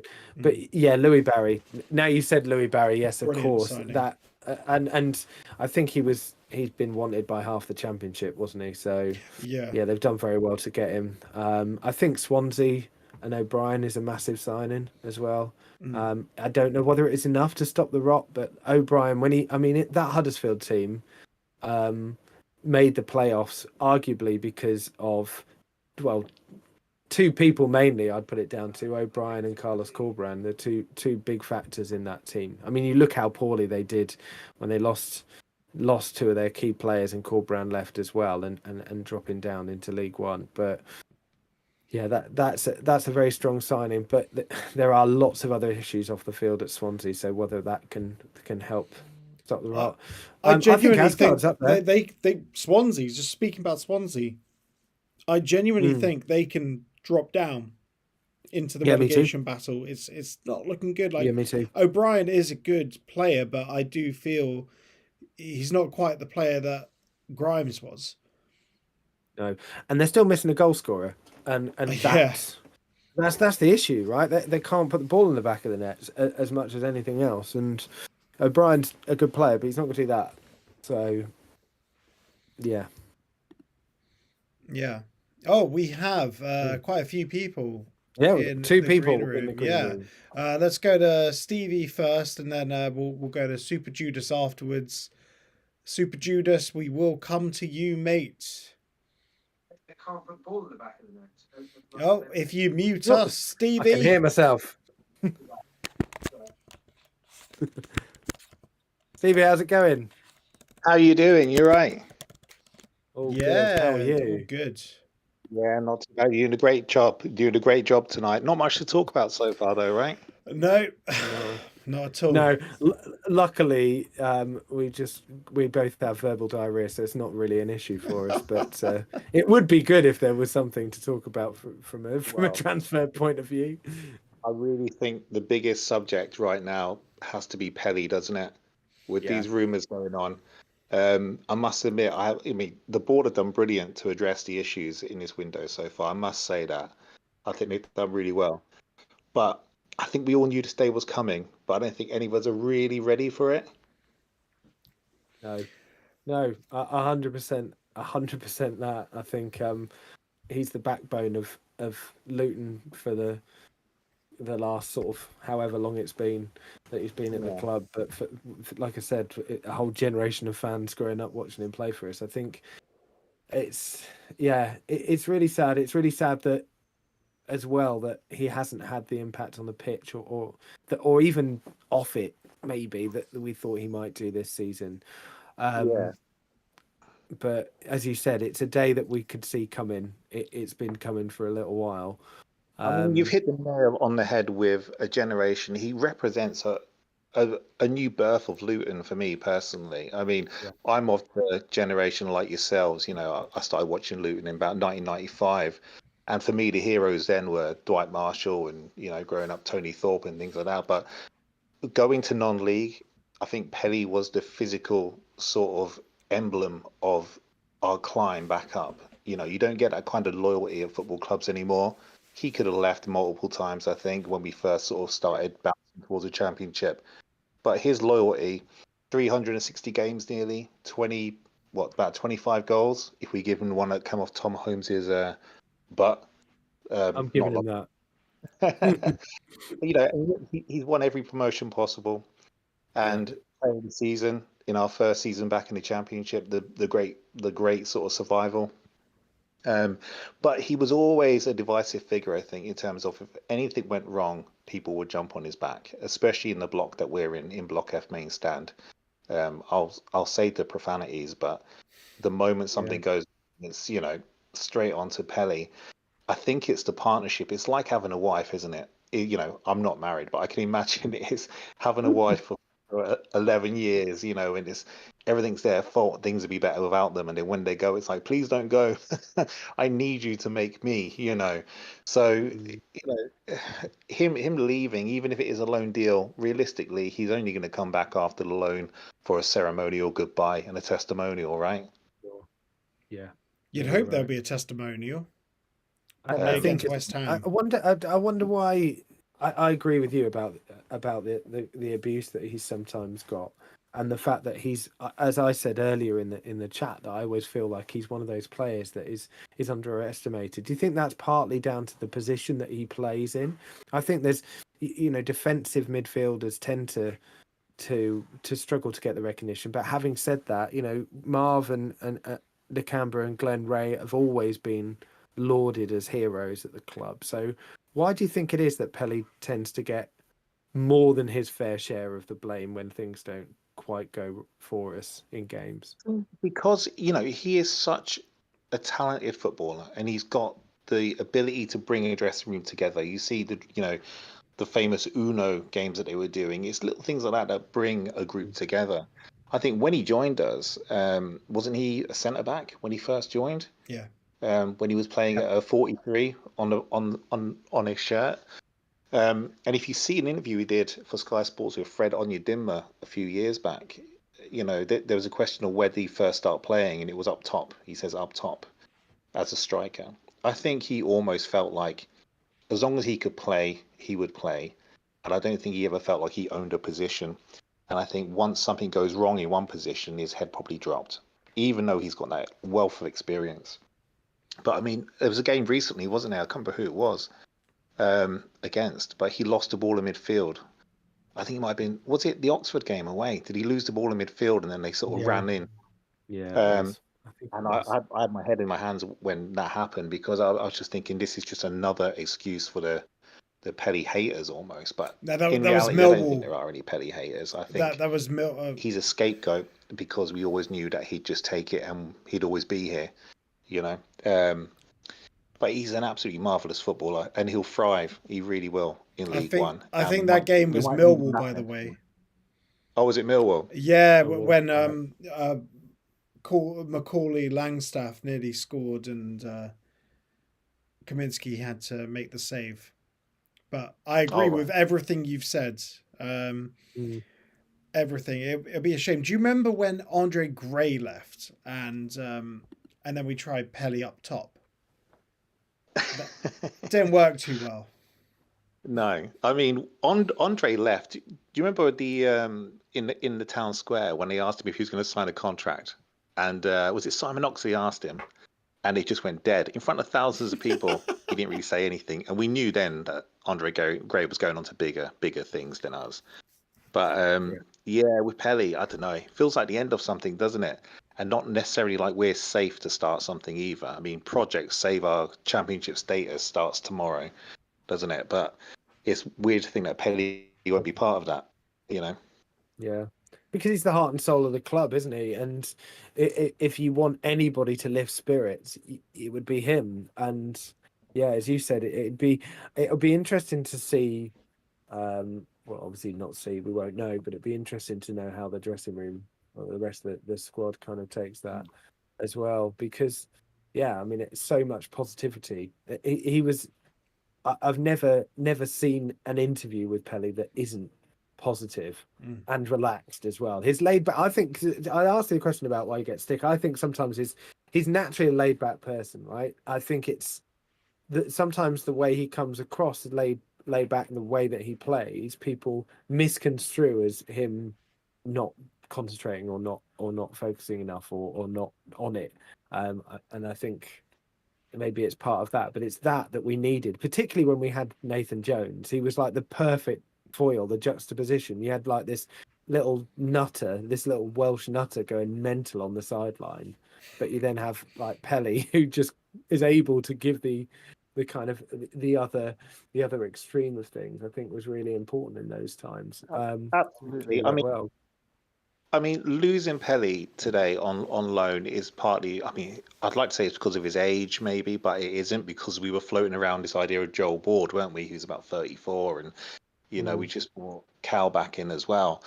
But to think that we could go with Premier League journeymen who are just getting another wage with us until the end of the season, or we could have gone with someone who's gone up the leagues with the experience of, you know, really, you know, getting down to business and knuckling down for a bit of a battle.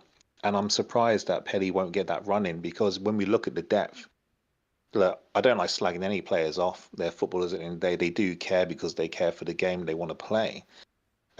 Just sometimes it doesn't work at certain clubs. And with Baptiste, I think that was a mistake. Liam Walsh has, you know, had a couple of instances where he hasn't put himself forward in a very good way. But that's our depth now. And I can't see Jordan Clark playing that deep. I don't see, you know, if you're playing Marv and Lamine in the middle, then who's coming off the bench to add that depth? I just don't think we got it. I think you want someone to come on. If we're bringing Cal Naismith in, who can probably play in front of the centre backs or left centre back or left back, you're going to go, if we're grinding out a game at home for a 1-0, you're going to get Pelly on in the middle as well, aren't you? You know, I'm just surprised. I'm surprised. And I wonder how much of it is Pelly sort of going, I need football. I'm not enjoying it here anymore, you know? Yeah, totally fair enough if he does as well, let's be honest. Because he's not getting any real game time with us. But you're right, depth is a problem. I think, you know, we've spoken about it, haven't we, Ollie, about if we could get anyone in, who would it be? If it would be one more player, it would probably be central midfielder or a fullback, but central midfield particularly for that depth. Because you're right, Clark can't play that deep. He can't play that role. He's shown it plenty of times this season that is not his role. He hasn't got the physicality to play the kind of hard tackling role, and he hasn't, in the nicest possible way, but he hasn't got the skill like Barkley to be able to control that quarterback role either. He's much better suited further up the pitch. So you're right that the lack of depth is concerning. Yeah. I mean, I think Marv is doing a great job recently. People saying his legs are gone, I think was just, you know, such a you know, such a silly comment to make. The man had come back from major surgery, and rehabilitation takes longer even on the pitch. He's still rehabilitating. I think the last few games he's been, you know, pretty good. You know, he obviously didn't play the last one, but he's been solid when he gets the ball. He gets it in that middle. He distributes it out left, distributes it out right. You know, he can play it back to defence as well. I think he sweeps up really well. He's the closest thing we've got to a Pelly in the middle, but obviously I wouldn't trust Marv to shoot from 3 yards out, never mind 33 yards out. What about 12 yards out? He did a good job at Wembley. Well, yeah, that went back. I'll tell you what, we, my brother celebrated every penalty like the Chong goal versus Liverpool. That's how my brother celebrates penalty shootouts. And I just stood there, Really? and, I and was I just you. stood there with my Yeah. Raphael Nadal's fucking, tapping the ear, tapping the toe. Was your brother at any of the other playoff finals though? Was your brother at Yeah. the playoff final when we lost in the penalty shootout before? Because I was wondering Yeah. if it's Well, experience or lack of. well, you know what? Like, I'm of the same age as Ollie and yourself. I've got a kid and all that, but Mm. I've been going to Luton since 1995. I live up in Leeds now. I still travel down for every game. But my brother is, I got him into supporting Luton at the 6-1 game against Forest Green in non-league. That was his first game. And I happened to be visiting home one day, and I said, "Look, I'll take you to a football match. You can choose between Northampton at home or Luton at home. I'm not going to force you." We chose Luton 6-1. He supported Man United at the time, and he'll hate me for saying it on here live, but he supported Man United, and then from that day he was Luton. But he's been to 3 playoff finals. The York one, I was completely drunk by half time, and I had to Best leave. way to deal with it. Yeah, I mean, as far as I'm concerned, we won that playoff final 1-0 because I can't remember anything else. You probably still saw it as offside as well. I think I did, yeah. But look, speaking about Pelly, one last moment about the generational thing. I'm in my 40s. I've followed Pelly's career. He's been brilliant for Luton. My brother's in his late 20s, and Pelly's an icon to him. And even kids, lining up in Pelly shirts at the age of 11, 12 years old, they know who he is. They know that he's an icon, and we'll look back at him the way that other generations look back at Mick Harford or anyone like that. He is a legend, and I think anytime you lose a legend, it's a sad sign for the club. Do you reckon Pelly will be back in some capacity? No, I don't think he's the one taking his coaching badges, is he? He might come back as a motivational speaker. There was a video that did the rounds of some of the players doing their UEFA B licenses. Like Carlton Morris, I think Ollie Woodrow was there, Pelly was there. So he could be doing his badges. I don't really see him as a coach, but I would love to see him in like hospitality eventually down the line. Amazing, but to be honest, taking charge of the merchandise, marketing, because I'm sure we'll be able to do a better job than what we're doing at the moment. Even though we've gone to Premier League, our merchandise marketing commercial thing is still so non-league. It really is. I live near Guiseley, and they have a better club shop than we do at the moment. What are you saying? You don't want to buy a what is it? A shell suit that's like stained in black for like £105. It's a hoodie. Yeah. You don't want to buy the oil stained hoodie. It's the same as I don't want some Bermuda shorts and a sun hat in November. I don't need that sort of stuff. Yeah, it's horrendous. It is really bad. But never mind. So Rotherham have just so Rob Statten from he's a Rotherham correspondent. He says Rotherham will have a signing in before the deadline, so it's likely going to be announced. We're on the home straight now. Yeah, that's it. Well, it'd be sad, wouldn't it? You know what? He'll come back at the end of the season for his testimonial. Then he'll probably go to another club, and we'll end up playing against him in League One next year anyway. So, Oh, brilliant! Cheery. No, thank you for having me. Yeah, thanks for coming on, Steve. Really appreciate it. Well done, guys. Oh, thank you. So I kicked him out before he was saying well done. Nice things. He was saying nice things. Shall I bring him back in just so you can finish saying the nice things? Sorry, Stevie. I think we can. But no, thanks for all the new callers as well. If you're watching or at the moment, I think we've got about 140 people watching at the moment. If you are watching and you haven't called in before, do so. It's always great to have new people on. We do this every week after games, as well as this one. We don't wear suits every week though. I'm just pointing that out. Yeah, this is the high holy day of the football calendar. It really is. Yeah, And in classic Luton style, absolutely nothing has happened since we've been recording at 9. Yeah. I must say I'm surprised that we haven't seen any go out yet. I mean, we're 15 minutes before the deadline. We need 3 to leave. I know. I thought something would happen. I mean, Corley Woodrow's failed his medical, right? That would be classic Corley Woodrow, right? Yeah, I can. I can absolutely imagine it. But yeah, I'm really surprised we haven't seen a rumor today or yesterday about the third player mentioned about Moses, so maybe it's that one. Do you think we've got a chance of getting someone in, maybe on loan, Premier League? No.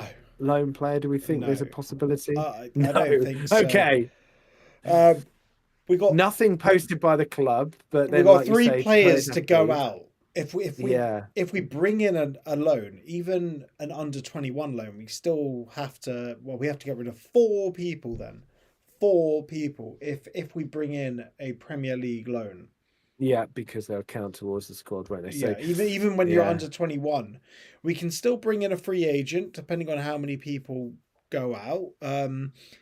On the Discords, Matt Aquino said there's a 36-year-old Etienne Capoue, who's a free agent, and a 33-year-old Victor Wanyama.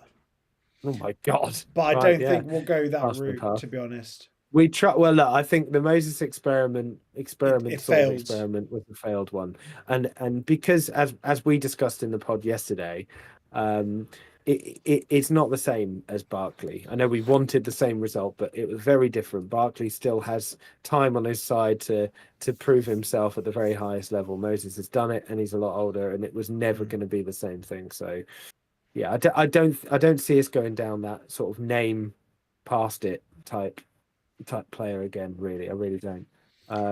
Carlisle have sacked their manager. That's a bold move at the last 10 minutes of transfer deadline day. Who was that? Was that Mike Williams? Yeah, Mike Williamson. So. Yeah, I just saw it pop up on my feed. Wow. There we go. That is a bold move.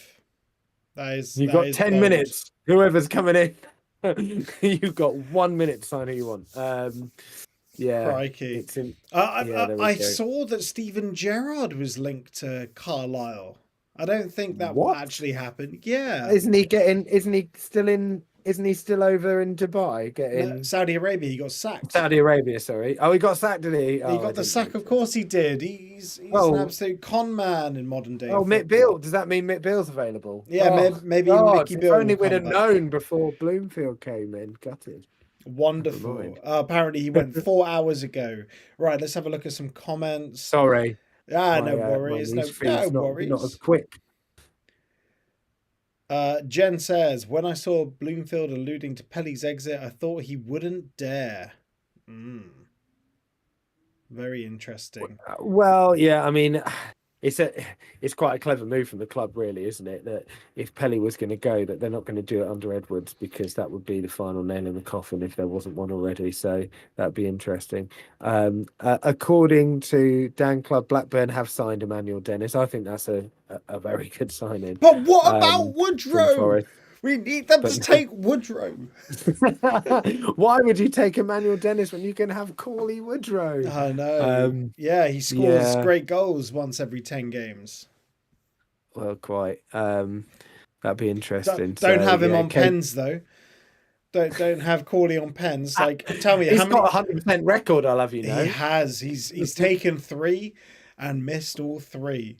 Wonderful. Exactly. Exactly that. But yeah, no, I can't. I'm on Twitter. I'm also on the Transfer Central on Sky to have a look on any other signings that have happened in and around the Championship. I think we're pretty much updated. I mentioned the Pompey one, didn't I? Cade Gordon is on loan there from Liverpool. Has Jayden Dans moved to Sunderland?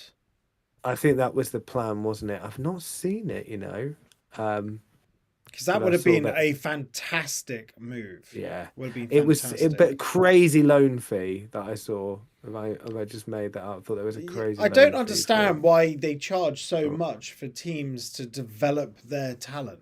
Like here, you can have it like the Raksaki Crazy, one isn't for it? Raksaki with a loan fee of like £3 or £4 million just for a season. Pathetic. Yeah. Liverpool's Cade Gordon has joined Portsmouth on loan. Yeah, said that one. He's the guy that was at Norwich first half of the season, wasn't he? So That is a good one. And Malachi Boateng has joined Plymouth. That's so yeah, he's a striker from Hearts. young It's kid, concern. right? Yeah, 22, but Yeah. rapid by all accounts, and Yeah, it's not. he's got some experience, like Plymouth making moves. Really, Well, you've got. I mean, yeah, I think it's interesting they're going for a striker, but they've got to make moves. Let's be honest. They've lost Whitaker, Sissoko as well. yeah. Did you see so he the went. way he was announced at Sheffield No. Wednesday? He was announced during the Luton game, and Okay. Plymouth announced it. They said, yes, we Oh yes, no, I did see that. yeah, we want to of say course. congratulations to Sissoko, who has signed for Sheffield Wednesday, and essentially they Yeah. weren't told or something like that. Yeah, it was a bit salty, wasn't it? Very Yes, I did salty. see that. I love a bit of Yeah. salt. Love a bit Yeah, of salt. Sheffield United looks like they made another signing. I'm losing track of this now. How many signings have Sheffield United made? They might have beaten Hull for the amount of signings. Maybe not in one window, but certainly over the last two. My goodness. Loads. They pretty much refreshed the Loads. entire squad, and that's what you're meant to do when you come down. Well, Them, quite. Burnley, Yeah. they've completely changed their squads. Millwall making some good signings, although I think they're kind of clear from relegation now. They've signed Zach Lovelace from Yeah. Rangers. Yeah. Here's an interesting one in the Premier League. Willian is due at Fulham for a medical. Yeah, I saw I've- that. I didn't know he'd left. I'll be perfectly honest. He's I didn't know he'd yeah, left. I thought he was still I at thought- Fulham. So did I. I was like, what do you mean he's doing for a medical? Is it just because he's old? They need to just do. You know, when you get too old for driving, they have to keep renewing your driving license. You have to have a medical check. I just think it was one of those. He's But yeah, 36. he was at Olympiacos. Yeah, I didn't know he was at Olympiacos. He's 36 now. No. He's ancient. Yeah, that is Crikey. that is a. I mean, interesting well, move. I'm 36, but I mean, I don't play professional football. I'd say at 36, that's pretty ancient. I think that you and Willian have maybe slightly different routines, let's say, and yeah, exercise routines in particular might be slightly different there. Just how old's Ronaldo? I reckon. Well, I'm 39, so I'm pretty close to him, but I don't think we have exactly the same physique. I or think routines Ronaldo. in- No, you have a much better physique than Cristiano Ronaldo. He Maybe is R9. 39. That's Yeah. more like my physique. Not Cristiano, mate. He is 39. It's crazy to think that. Yeah, it's depressing. It's crazy to think that Charlie Adams is Yeah. younger than Ronaldo. That's crazy. As How is old's Wayne Rooney? Rooney. Yeah, I was gonna say, I bet- Rooney is yeah. 38. I want to say he's Mm. 38. I can't believe it. We've actually managed to do 2 hours. We've done This it. is. Do you remember watching Comic Relief when you were younger? And it would just go on and on and on, and they'd bring on like different acts and stuff to, sort Yeah. of jazz things up. I can't believe we've done it. We've actually have. managed to go the full 2 hours. I've lost all the chat from the YouTube channel as well. Oh, I don't know have whether you? That's just me, but yeah, Nah, I've it's lost still all there. the chat. Well, Do it's just yeah. Do you want me to read out some? Yeah, so if there's any contributions on the chat, let us know. I was just having a look. Yeah. So Super Mickey Chow. Super Mickey Chow. Players still under contract are not free agents. If we haven't reached a mutual agreement to terminate the contract, they're still our player. So that's probably about Moses, isn't it? Yeah. Oh, here's an interesting one. Burley. Walsh is better than Clark. Nope, don't agree. Yeah, don't know about Sorry that. about that. I'm not the biggest fan of Walsh, to be perfectly honest, but he's had his moment. But then, I think Clark Clark has more of an influence for longer in games. He also doesn't get himself sent off after 25 seconds as well. I think, no, in all seriousness, I think Walsh can have an impact on games. I really do. But I worry that the elements of his game that are missing are going to be really important in a relegation battle in particular. And that's, breaking up play and being able to track people going the other way. No, I know Clark's not brilliant at that either, but I think for me, yeah, Clark's more of an all-round player. Yeah. Well, he also goes on to say Walsh can receive the ball under pressure. He always looks like he has time. I'd like to see more of Walsh. I feel like a lot of the fans have judged him quite harshly, but he's got to show it. Hey, he's playing. Yeah. He's more available than Baptiste right now.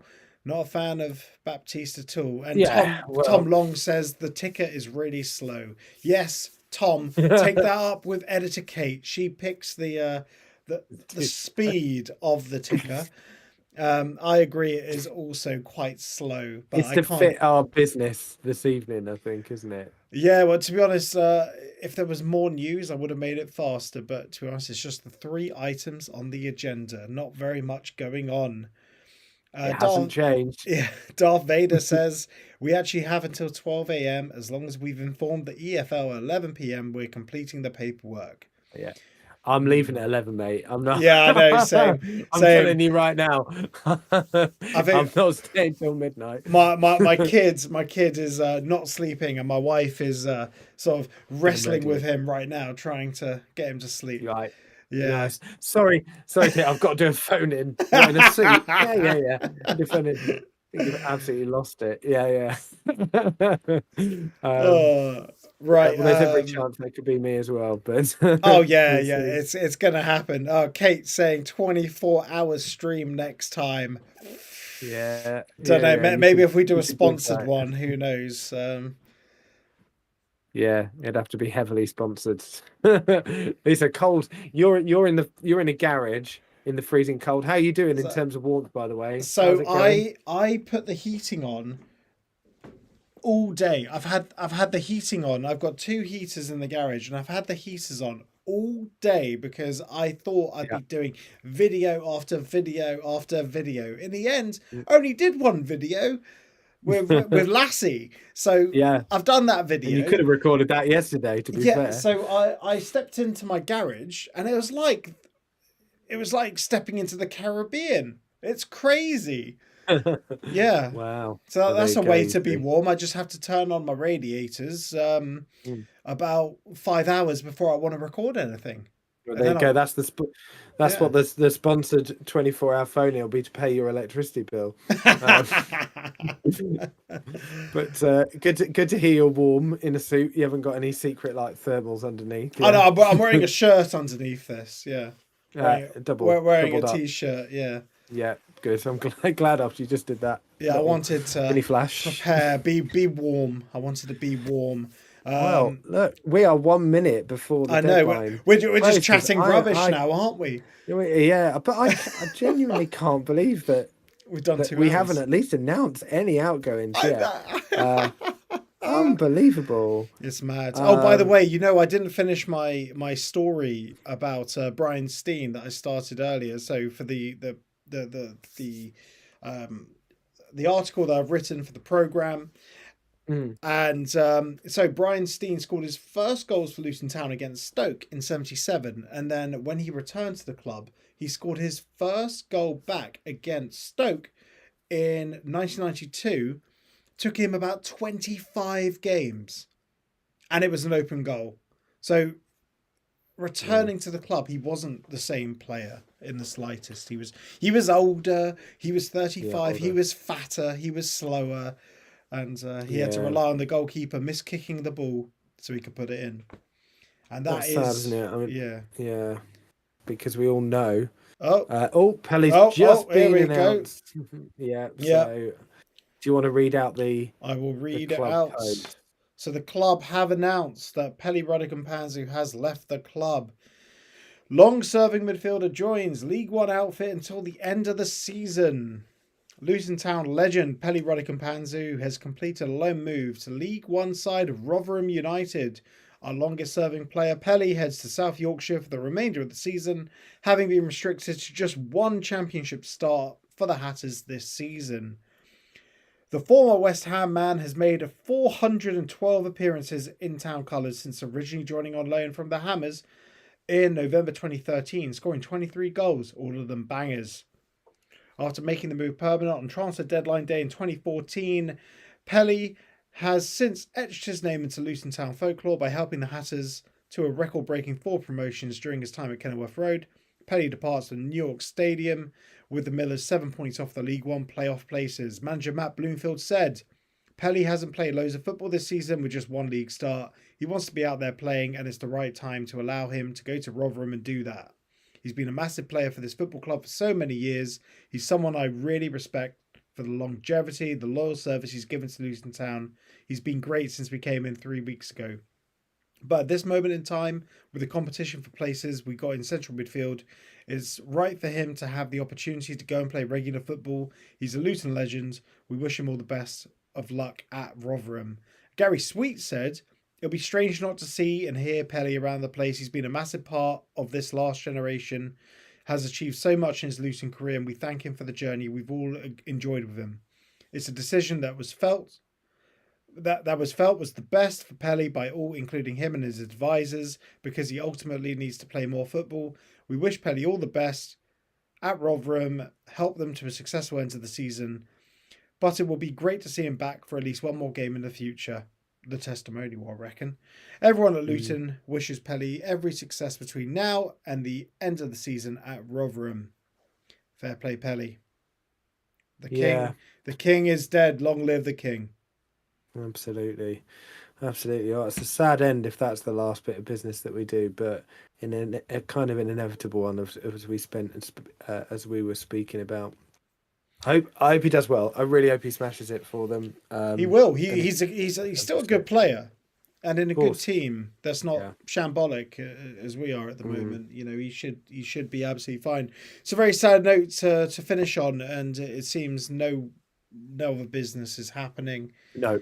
So I guess we can say thank you to everyone for joining us, right?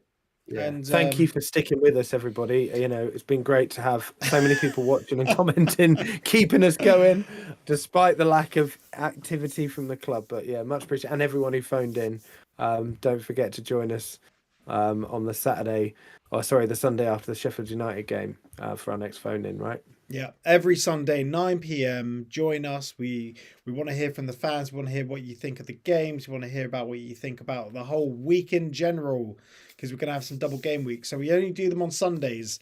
If you're watching this and you're not subscribed, hit the subscribe button. Why not? You know, we have a lot of fun with it. I've done signing announcements for every single signing we've made. A real shame that nothing else has been announced right now, but I guess we see what happens. There's a funny comment here from Discord. Club to announce Woodrow new contracts. Don't. I hope not. Right, everyone, have a good evening, and let's see what happens. There's going to be some news in the morning, I guess. But thank you, everyone, for joining us. Take this bloody suit off. Cheers, everyone. Yeah, take it off.